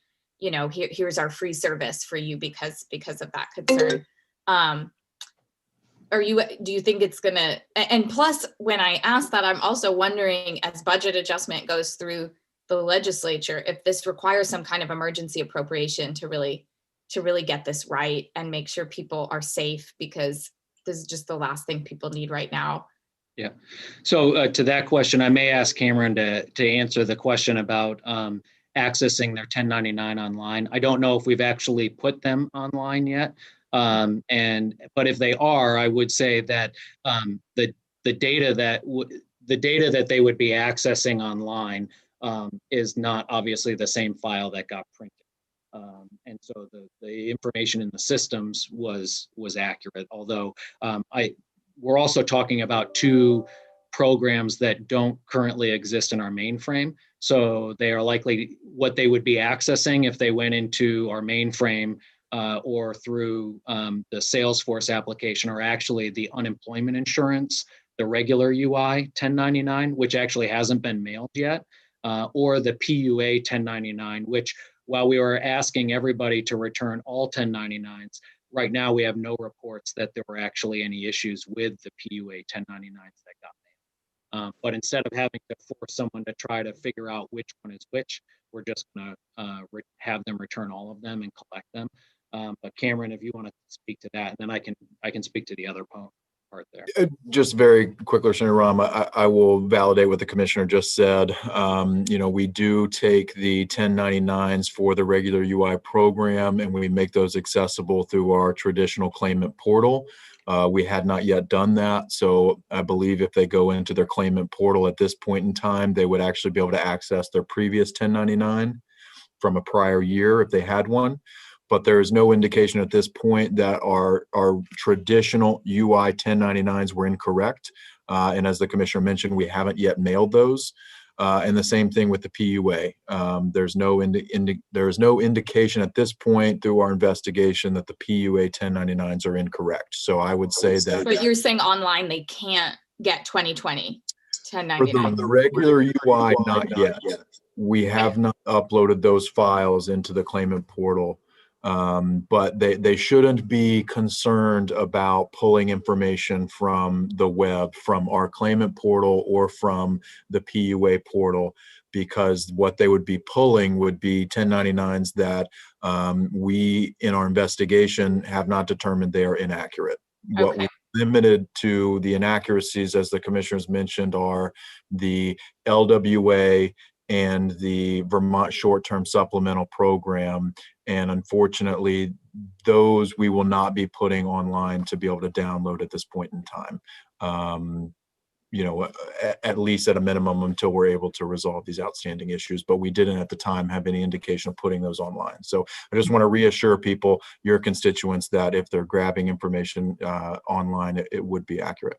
But it would not be updated. And one person emailed me and said, their understanding is that the sooner they file their taxes, the less exposure they have to the possibility of some kind of breach of identity or identity theft.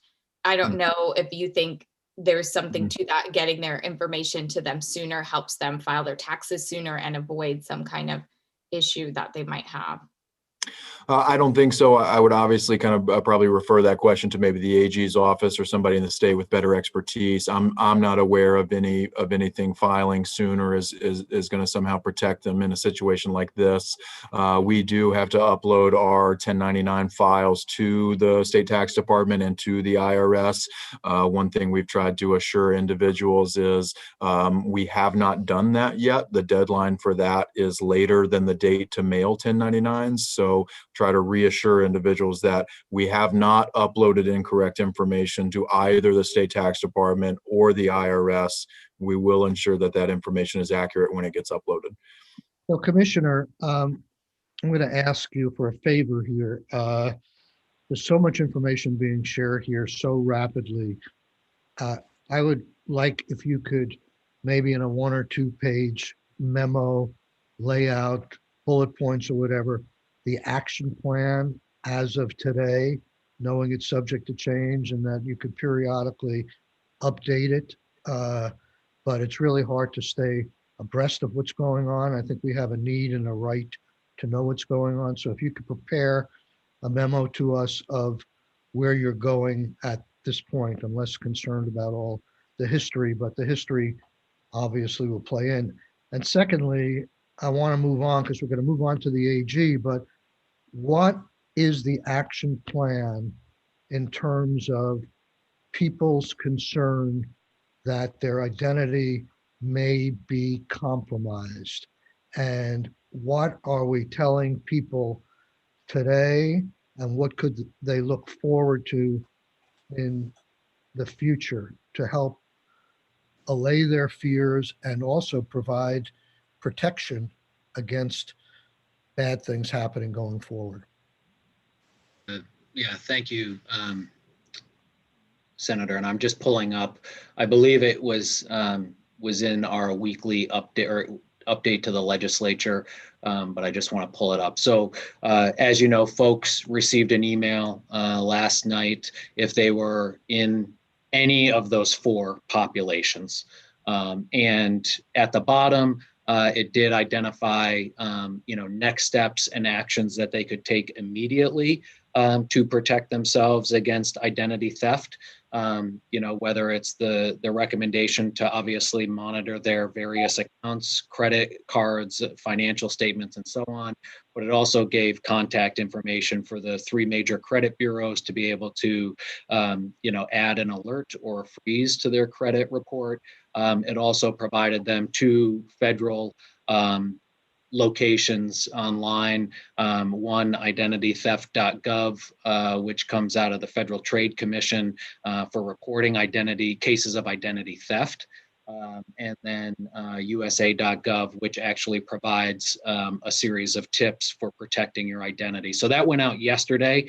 Now that we know this population of people who actually had their information exposed to some degree, we will now be ramping up our communication to them through email, letting them know next steps. But the actual physical actions from the department will be a mailing that goes out to the exposed population next week.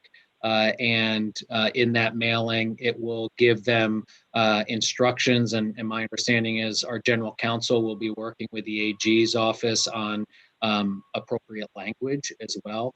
But it will give them a lay of the land, if you will, for their exposure and what the department has an obligation to notify them of. And it will also give them next steps for how to enroll in protection services should they choose. And so we are working through the logistics of how to get them the opportunity to enroll at no expense to the consumer in this case. To Senator Rahm's question about appropriations, we have already had that started happening. Let me interrupt for a second. So just an example, I was unaware of this email. I haven't seen it. People like myself are talking to the press without all updated information. So this is another reason why it'd be good to have a memo for the committee and an update of that things as things go. So please include us as policymakers in these mailings that go out to recipients. It's really important that we have information in real time. I'm not, it sounds like you're doing a lot to get the information out. I have some discomfort, I don't know if it's shared by other committee members, that this information is going out next week sometime in a letter, which may be received 8 or 10 days from now. People are worried today. And I'm wondering if there's something preliminarily that can be done to get things out as widely as possible? Maybe your email of last night, which I haven't seen, does that, but maybe it should be a statement by the governor, a statement in the press, some kind of thing where people will say, we are moving forward on a lot of fronts, and this is containable. Stay tuned. I just feel that there's probably a lot of people out there that have gotten bits and pieces and are worried, and government moves slow, but there perhaps are preliminary steps that can let the public know. And I think it needs to be, we've got members of this committee who are great with social media and getting out words and front porch forum and stuff like that, but that's not a coordinated fashion. The message could get garbled or mixed and maybe dated. I don't know, I'm going on and on, but I hope you get the sense of what I'm trying to say here. Absolutely. And I think that, there's a balance there between obviously wanting to get information out timely, but also making sure we actually have something to tell folks. And so I think the email last night was the start of that. And then there will be I don't want you to think that there will be no communication between the email last night and the letter that goes out next week. I think what we are trying to figure out is how to enroll these folks in protection, and we just don't have that solution just yet. So we're working through that process right now.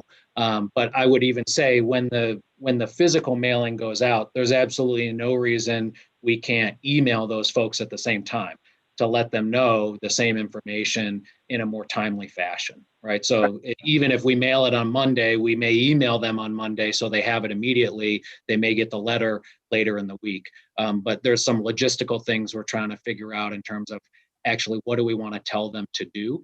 But we will actually be contacting them over the course of this week as well. I would also just point out, just so you are aware, Mr. Chair and the committee, I did have a conversation yesterday with the pro tem and the speaker, and gave them a status update. We did agree that the department would be providing talking points to them to share with legislators, so that they would be in the loop and be able to provide constituents with clear direction. We also did, like you said, talk about how do we enhance the messaging that is going on out there, from what's being posted on the department's social media, and how do we just make sure legislators are in the loop and could even enhance the spread of that accurate information. So we are having those conversations, so you are aware. Appreciate it's a heavy lift. Thanks for your time this morning. We're going to move on to the AG, but before we do, you mentioned in certain contexts the idea of steps that people can take with credit agencies, reporting.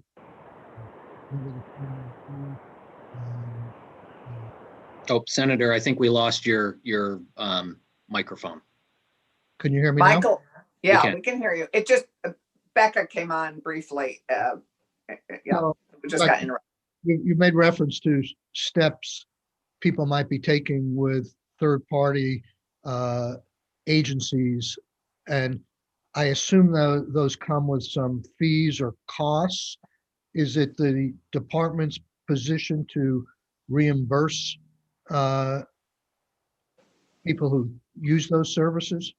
I may defer to the AG, but in my experience, I've been able to add alerts and fraud alerts and like credit freeze to my account personally, which I did many months ago, as we saw fraud sweeping the nation, and it has not cost me anything. And I don't know if that's a long-term no cost or simply an adjustment that was made during COVID. As you know, there were other adjustments made where people could get their credit reports more frequently during COVID without a cost.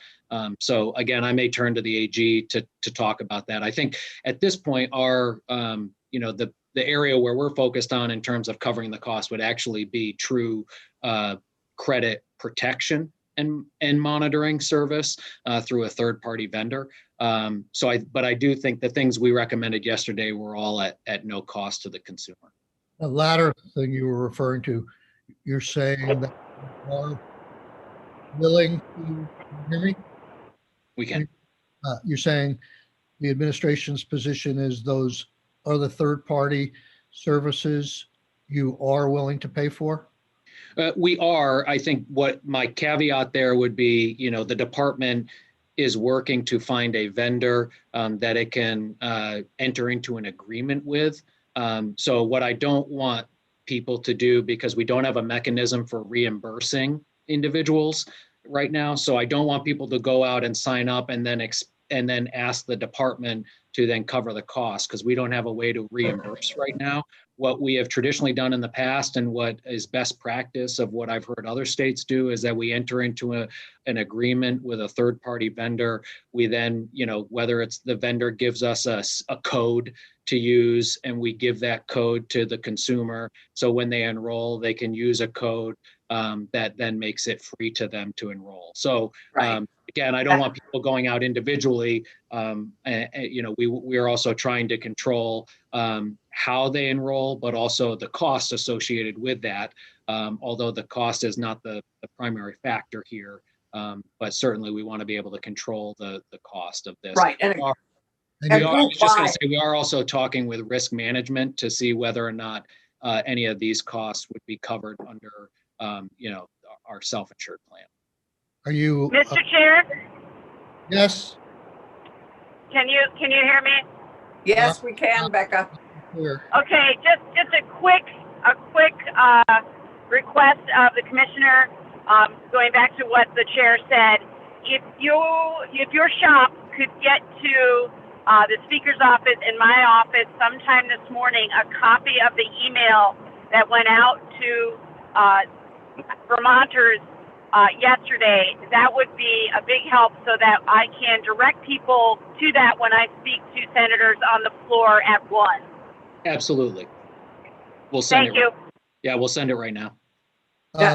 This contracting with a third party, are you in the process of moving forward with that? Is there any reason to delay on that? No, we are moving forward. I think we're trying to find out whether or not the state already has a vendor that it uses. So my understanding is we've been, reaching out to maybe other agencies or departments and even procurement to see whether or not we have a vendor we have used in the past. And like I said, there are many options out there. So identifying the one that can meet our needs and moving forward. So that's already underway. Okay. Thank you, Commissioner. Let's move on. We've got about 10 minutes or a little bit more if need be for the Attorney General's office. Charity or Ryan, who's the best person to get us started on what the law requires and what you've seen in the past, if there have been any analogous situations here or in other states, and most importantly, what aggressively can we do to make people feel more comfortable and to stop further leaks or thefts here? Mr. Chair, I'll just get us started, and acknowledging the time crunch, won't say much. To begin, Ryan, of course, is our Assistant Attorney General, who is a subject matter expert on data privacy and data breaches like this one. First, I am the Chief of Staff, Charity Clark, for the Attorney General, and I also want to acknowledge that Wednesdays are remote learning day in my school district, and so with me is my 6-year-old, so if we are interrupted, I apologize. So let me just begin by saying it's very serious, and I want to acknowledge that Vermonters have a right and should be able to trust in government, and the government let them down. So it's here we are. We, the Attorney General's office, have been in regular communication with the Department of Labor, offering resources and what support we have to give. Really, in this arena, there's 2 areas where our office intersects with what's happening. And the first, Ryan will speak to, and that's the Data Breach Notice Act. And the second is our Consumer Assistance Program, who are really the experts on helping Vermonters with identity theft troubles. And I can say a lot about that, as probably some of you know. But I don't want to say too much because Ryan can answer, I think, a lot of questions about the act. Let me just direct you to a couple of resources. The first is, of course, you can call CAP or email CAP, and it's 1-800-649-2424.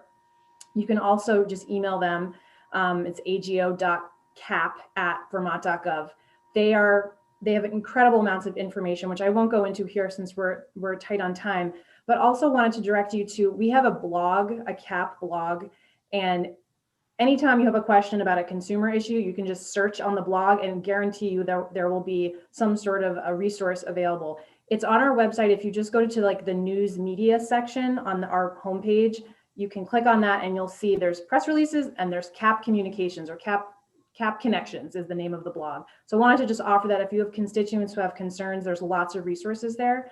But I don't want to take up too much time because I know Ryan has a lot of info to share. So why don't I just turn it over to Ryan to tell us about the Data Breach Notice Act. Thanks, Ryan. Thank you, Charity. Feel free to interrupt with any questions. Senator? Go ahead. Okay.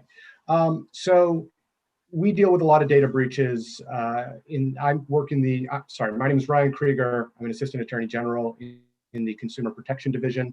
And one of our responsibilities is handling data breaches. We recently announced a Sabre breach. We handled Equifax. Unfortunately, this is a fairly common occurrence. There are two primary laws that data breaches fall under that we enforce in this area. The first is the Security Breach Notice Act, which I'll run down in just a second. Importantly, the Security Breach Notice Act, under its language, applies to both private businesses and government agencies. So government agencies must comply with the Security Breach Notice Act. The second law we enforce in this area is the Consumer Protection Act. And basically we have interpreted that, and all the other states and the Federal Trade Commission have interpreted that to say that if a business lacks reasonable data security, that can be considered an unfair, or in some cases a deceptive act under the Consumer Protection Act. Similarly, if a business fails to remediate appropriately in the wake of a breach, that could be an unfair act. Now, the Consumer Protection Act, however, does not apply to government agencies. It only applies to businesses and operations in commerce. So what that means is that from the Consumer Protection Division's point of view, we have responsibility to making sure that any government agency complies with the Notice Act as far as having reasonable data security, or what happens if there wasn't. We are available to advise. We are available to provide information like this, but I don't think we have any authority to bring any sort of enforcement actions. I don't think we have, and if we don't have authority to bring an enforcement action, I don't know that we have authority to bring an investigation in that matter. Now, as far as the Notice Act goes, we've talked at length about the Notice Act over the years in this committee. It requires a preliminary notification to the Vermont Attorney General's office within 14 days of having the breach. That has happened. The notice itself is confidential, although I think that the Department of Labor is being pretty transparent in how they've been operating here, but I can confirm that they've complied. The notice to consumers, which the contents of that are listed in detail in the Act, has to go out in the most expedient time possible and without unreasonable delay, but no later than 45 days. I haven't heard anything to indicate that they're not planning on getting that notice out as soon as they can. So as far as our division goes, from the information we have at the moment, it appears that they are in compliance with the Security Breach Notice Act. The Notice Act does not require the provision of identity theft protection products. Some states have actually started requiring credit reporting. ID theft is a better product than the credit reporting product. So it's heartening to know that the Department of Labor is planning on doing that. That is a good protection for consumers. The question was raised about credit freezes and things like that. Credit freezes, there used to be a fee associated with them. In the wake of Equifax, our state and many other states passed laws eliminating those fees. The fees was actually a statutory fee that was required in state law. So anyone who is concerned about personal identity theft can and should go to the 3 credit reporting agencies and ask for a credit freeze. And the way we advise people to do that is to Google Federal Trade Commission or FTC credit freeze. They have a website that has links to each of the individual credit reporting agencies, and then you can go through that and you can do that freeze. You can also put a fraud alert on. The fraud alert lasts for 1 year, and basically it flags your file so that if someone pulls your credit report, they have to call you directly and say, did you intend to open this file? The freeze is, I think, more effective. It's also a little bit more burdensome to implement. So that's kind of a general authority. The other area, by the way, that our office is involved in areas like this is if there is identity theft, if identity theft results from, specifically tax fraud identity theft. It is common every year around tax time for there to be a certain amount of ID theft fraud in the form of someone filing a tax return in order to, get a refund that they don't deserve.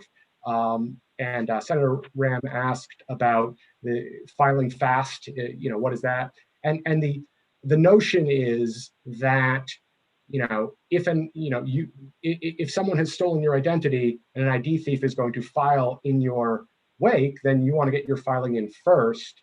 At the very least, what that would mean is if you file after the identity thief, then what's going to happen is the tax department is going to see 2 filings and say, okay, one of these was false or not. That doesn't mean you're necessarily not going to get your filing back. But it would probably be, you'll get a faster return if you get it in, get your return, and then the fraudster, tries to commit the identity theft. Plus, it's always better to get your money back faster, earn that interest on your money instead of the state. So as far as if identity theft results from tax filings, I've actually spoken with the Department of Taxes. They have a fraud investigation unit. And if they identify any identity theft, they will communicate with the Attorney General's office.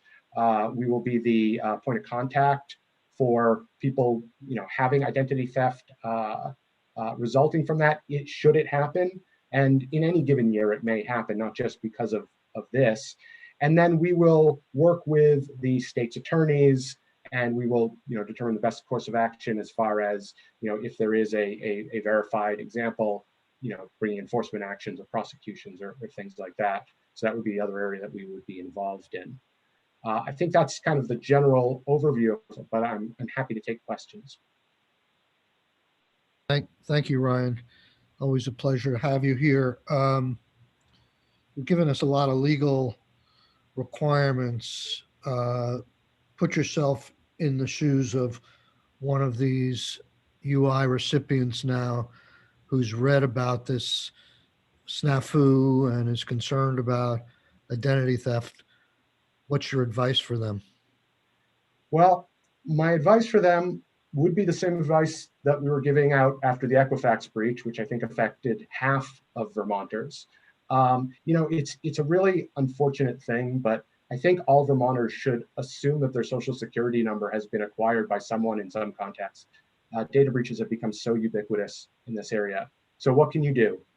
Freeze your credit reports is the single most effective way that you can protect yourself, because if your credit reports are frozen, that means that no one can open up a loan account in your name. It can't happen. A bank calls Experian and says someone is trying to open an account. Experian won't release your credit report, so the bank can't open an account.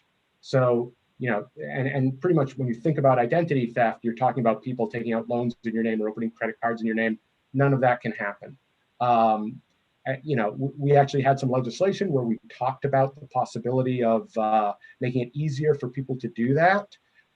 Also, in the wake of Equifax, a federal law went into effect, which I believe preempted a lot of our ability to operate in that particular area. And you can talk to Ledge Counsel about that sort of issue. But really, freeze your credit reports, download your credit report. you have a right to a free credit report from each credit reporting agency each year. So if you wanted to time it, you could every 4 months download one from Experian, one from Equifax, one from TransUnion.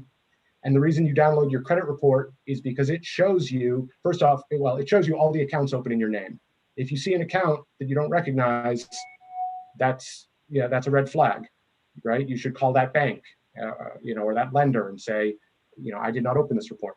It's also very important to look at that anyway, because there are frequently errors on these reports, and these are the reports that banks use to determine whether you're credit worthy.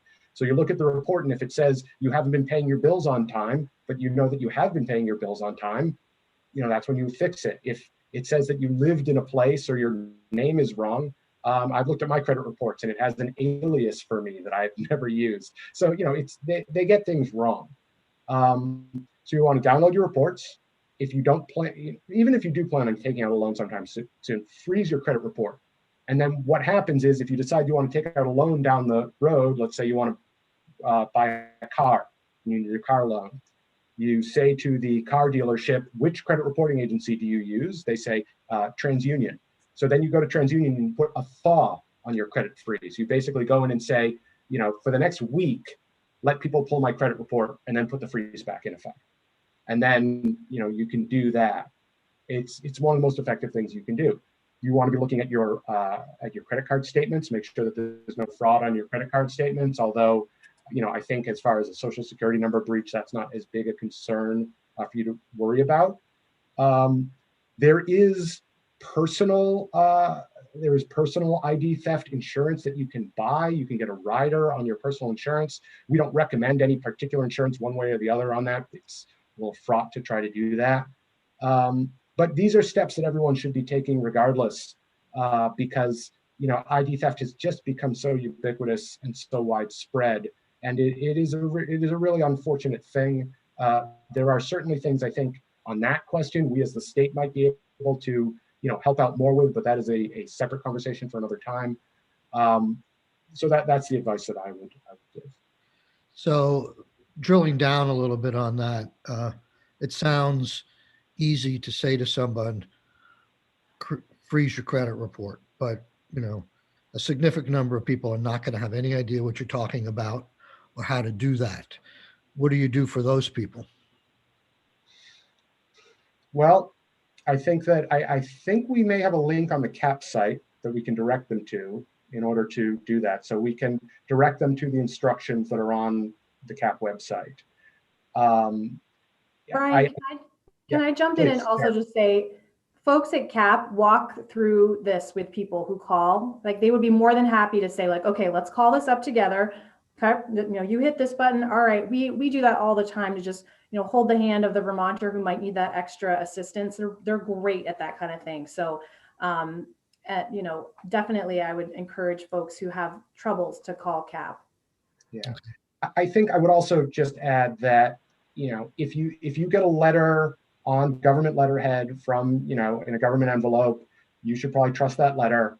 If you get a communication about this breach or any other breach that you don't trust or you're not sure about, call CAP.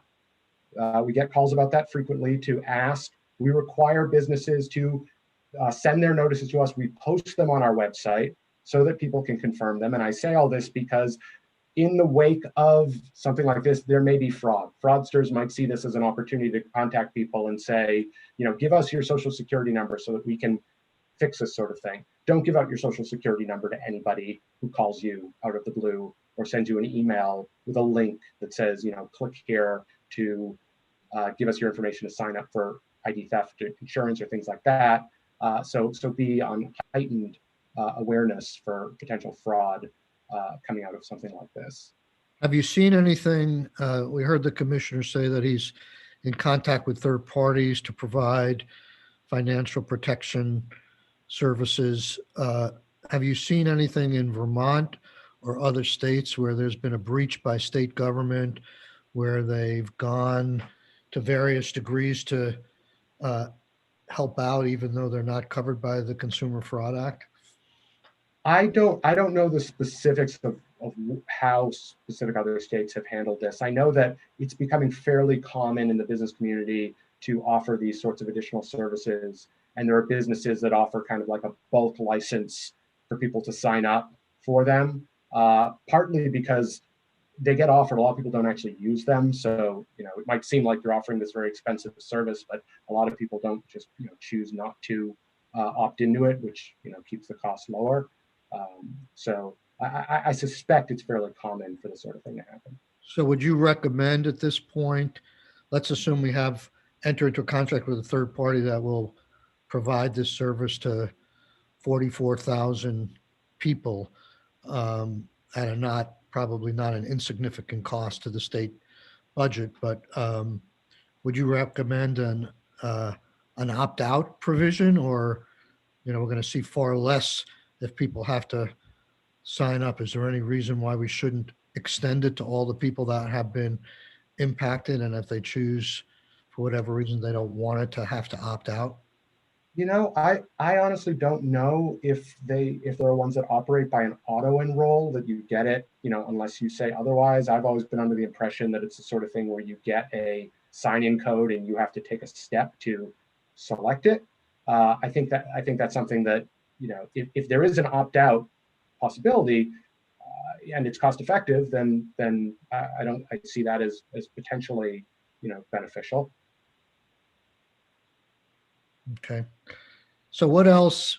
I mean, it sounds to me like what's jumping out at me is that we've got to get the word out to the public, like that there are cures, or working on it, maybe give a little more detail, getting the CAP number and an email address out to people, giving people a sense of calm that it's being worked on and there are effective solutions.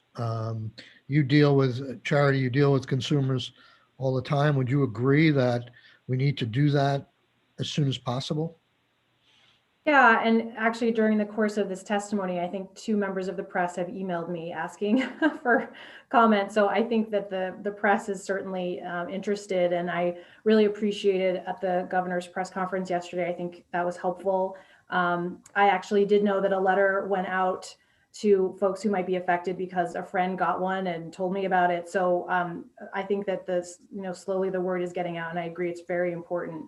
And I'd love for folks to know CAP's phone number so that they know that we're a resource if they need help or just information to reassure them.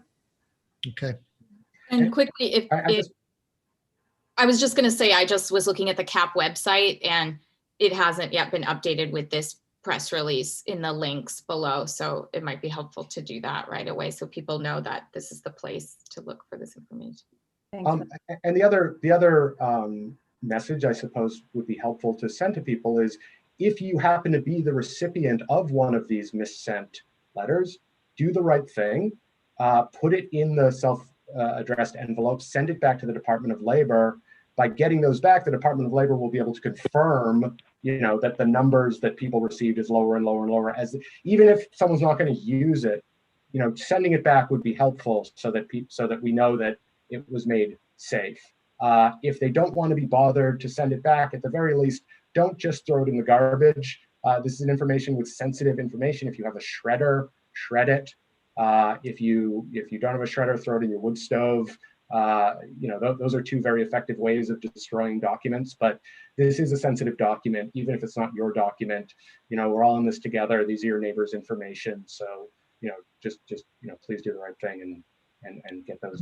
If you're talking about evil or nefarious people, I mean, can you rely upon the fact, can the department rely upon the fact that they've gotten the misinformed 1099 back as something they could write off as, we don't have to be bothered with this case anymore? I mean, someone can just transpose the information there, put it on a yellow pad and send back the 1099. I mean, I suppose so. I mean, certainly, I suppose if someone, you know, it sends it back, you know, first off, I suppose another message would be that, you know, it may be knowable who got which people's wrong social security numbers. So if you do actually are evil or nefarious, this would be a really dumb ID theft to do, because they'd probably be able to trace it back to you pretty quickly. So, just do the right thing here. That's, it's always a good message. Before Michael responds, can I ask something that's kind of directed at Michael? Just when we say do the right thing, I just want to give people really crystal clear information about what doing the right thing is. And I still want to make sure I'm clear, whatever kind of 1099 they got, if it's retirement as opposed to a 1099-G, are you just asking for 1099-Gs to be returned? Of the 1099-Gs, even if they think everything's correct, do you still want them to return it? And if they wrote return to sender and just put it back in the mail before they got the guidance about the envelope, is that also considered doing the right thing? So those are the three questions I just need serious clarity about. Keisha, would you mind if we take those specifics offline? We're really running late here, and we're going to have questions like that come up throughout the course of the week. And please, maybe put them in writing and copy the committee, because we'd all like to know the answer. I'll do that right now. I'd like to move on. Commissioner, I see you have a hand up. If it's really quick and essential, let's deal with it. If not, we're probably having you back tomorrow and the next day. So I will keep it very brief. And it was just to also point out, while we cannot be assured that if someone returns the 1099, that they didn't copy the information down, but by getting the 1099 back, we can be assured that it didn't get tossed in the mail and not destroyed properly. And so the leakage is less likely if they've actually returned the physical document to us. Okay. Thank you. Thank you, Charity. Thank you, Ryan. Thank you, Commissioner. We're going to take a 5-minute break, and we'll come back and we'll deal with ACCD issues. Thank you.